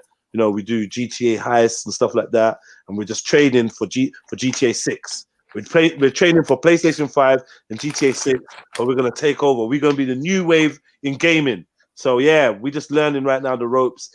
Some of us are better than others. Yep. Yeah, come join the movement on that front, gaming and just enjoying ourselves. People say Wagwan for Monopoly, but I never see anybody wanting to play Monopoly, Radar. Like, exactly. something you do a lot. You ask about stuff, but you don't. And you don't join. You don't join. You don't take part. I don't know what you want me to do. You know, but whenever you're ready for Monopoly, Radar, hit me up. You got me on PSN. Communicate with me via there. You got me on Instagram. You got me on YouTube, man. You know what I mean? I don't have a Twitch, but maybe I need to get a Twitch. Yep. You know what I mean? And the Alligator. Yep. And the Alligator, yeah. You know what I mean? As soon as I can get some donations and fix my laptop and stuff like that, then the Alligator is one of the things I'm definitely going to get, because I'm going to get Resident Evil 3. What, you mean Elgato screen capture? Yeah. Oh, yeah, I got one of them. I got one for the kids. Twitch, they got their own channel. How is it? Twitch has stricter rules than the quality YouTube. on that thing is crisp and it's fast. Sorry, tell me about that. Say that again, please, Jen. Twitch has stricter rules than YouTube. Like what? What do you mean? Like stuff you can Content limitations. Yeah, absolutely. I don't know. Are you sure about that, Jen? Into... Because I feel like YouTube. I mean, there's nothing you can do on YouTube that you can't do on Twitch. I know mad people that got banned from Twitch and that are still allowed to stream on YouTube. Because those, I mean, you can't smoke weed on Twitch. You can't, be naked or whatever. Like, it's the same thing as YouTube. Bro, Zulu. Just look it up. Look it up anyway. I don't know. Raiden, look it up. Something to look up to. Raiden was smoking crack on fucking YouTube, bro. What do you mean he was smoking crack? Nah, I don't know about that one, Khan. I don't know. Raiden was smoking crack on YouTube live. Live stream. But how can we verify if that's correct? That smoking crack, bro. But how can we verify that that's correct? How do you know it's crack though? Well, he was smoking it in the crack pipe, innit? And he said it was crack? Yeah, he ain't denying it. Bro, you're lying. I can put anything in a crack pipe and smoke it. You know, Raspect's got the deal for everything. Like, really, you need to ask him if you want proof. But it's a common fact. It's a common known thing. We've done it on real channel. The story as well, but I don't know. Smoking crack, bro, blatant as day. Wow. So, you can really do things on YouTube. No, there's rumors, man. I don't know. I know that you can smoke weed on YouTube, and that, I mean, it's going to take a lot for them to prove it's weed, and it might be legal in the country that you're in. So, do you know what I mean? You can't do it on Twitch, though. Yeah, I can understand that. All right, well, you know, I'll investigate and see how Twitch goes, man. I'll investigate, but I don't know. You could do the same thing on Twitch that you do on YouTube. You can have a gaming YouTube thing, like just as you can stream games on YouTube. Yeah, like what you're doing now. Yeah, you absolutely can. I'm saying is the regulations are stricter on Twitch than YouTube. The pay is better, though. Gaming channels that have gotten shut down on Twitch, that are banned from Twitch. That's what I'm saying. Like in the gaming community, that whatever it is, their rules. Just look it up. I don't know. I don't know exactly which ones. For example, someone recorded a Twitch stream in a public toilet, and because they did that, they got banned. You know what I mean? So, yeah. I mean, you wouldn't be doing that anyway. It's like you're gonna sit there and play games, in it. So obviously, look into D Live if you're looking for another streaming platform. They're supposed to be, D Live. Mixer's good. Mixer is Windows version, but D Live, the platform is a little bigger. It's kind of becoming the Twitch alternative, and they're supposed to be more. Like give you guys more money than they take a less percentage than both of these platforms. So look that up too. Let me get into this. I need some money, man. Yeah. I'm a student, bro. I need some money. You do. What you studying? Digital media. Yeah. Yes. Who am I looking for? I'm looking for Nay and Todd's. So yeah. Getting in for now. Then it might have been a cigarette, but because he hangs out with Hassan the cracker, so then Braden must be smoking crack on stream. I don't know. Well, I don't know, man. You know, man. Yeah, I just can't. I can't be drawn on these subjects, man. After such a enlightening convo that really actually helped, you know, lift my energies, and that I don't want to go and dwell on some fuckery. Do you know what I mean? But yeah, I enjoy the GTA that I play with the man them and the gal them. We've got a lot of players, and sometimes it can just be crazy, funny, you know what I mean? I really enjoy that. I'm surprised at how much I've enjoyed live streaming gaming and that. And you know, today I really wanted to play Resident Evil. I was going to play it this evening, but I forgot that I've got to go and support some of my guys performing. You know, they support me all the time and they come to my events, so I got to go and show them some love. I'm going to get up and get myself ready, go meet up with the Madman Mills and the rest of the crew. And, you know, I'll probably be on somewhere at some point. I'll probably live stream a little bit, from Jedi Online or something, because I need to do a bit more on that profile, just as my personal stuff. But yeah, man, if you got any ideas of shows and stuff that you want to see, hit me up, man. Hit me up on extremelybalanceadvice@gmail.com. That's going to be the email you can use to really reach me on most matters. Let me find it here, put it up on the screen. It's definitely the place to send your dilemmas for Extremely Balanced Advice Show, but it's also somewhere you can just communicate with me, or you can text me on the number 07471 157 591. That's 07471 157 591, and that number is the number that's in the description. It's also in the heading of most of my videos now, so it's very easy for you to get hold of me. Should you need to. I don't necessarily answer the phone when it's ringing. Okay, I don't necessarily. That's mine. Oh, you can take it. Go on, you can take it. I don't necessarily answer the phone when I'm not on air, but I will read all texts and strive to get back to you. I mean, I can't really say more than that, can I?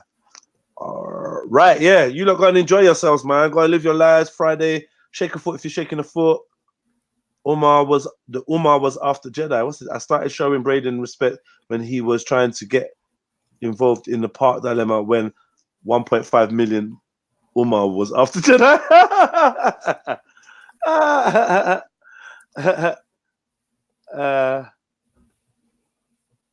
Yeah. Look, if you go into the description, all the links to all my social media is there. So I mean, you will see my other accounts Red Pill Trill and Jedi Online. Add them up, subscribe to them, hit the notification bell, and yeah, I'll be streaming from them channels too. Well, I don't stream from Red Pill Trill anymore. That's just a music video thing. But I do stream from what's this? But I do stream from Jedi Online. So yeah, go and check that out. And I always post videos to Jedi Online, like different videos that tweak my attention or things that I see, social media, or things that are sent to me. So like, yeah, there's like you could watch that channel, like put it on shuffle all, and literally be watching that channel for like a week straight. I've got so many videos on there, so much content on there. It's ridiculous. I've got old live streams on there. I've got my vlogs on there, vlogging that I did or do. I've got gym videos, nutritional videos. I've got historical videos about all sorts of subjects. I've got comedy sketches on there. Yeah, Jedi Online is just a all-round kind of thing. Well, go on, Khan. You gone quiet, brother? You good? Say your goodbyes, man. I'm practicing my listening, man. Big up to all my haters in the chat. Big up to the real ones that love me. I wanted to say, big up to Jen, big up to Zulu, big up to Jedi, Finest, everyone that's been on today as well. Big up Uncle Maku, big up everyone. Yeah, man. Big up, big up, big up. Shizzle. Yeah, man, like you cheer.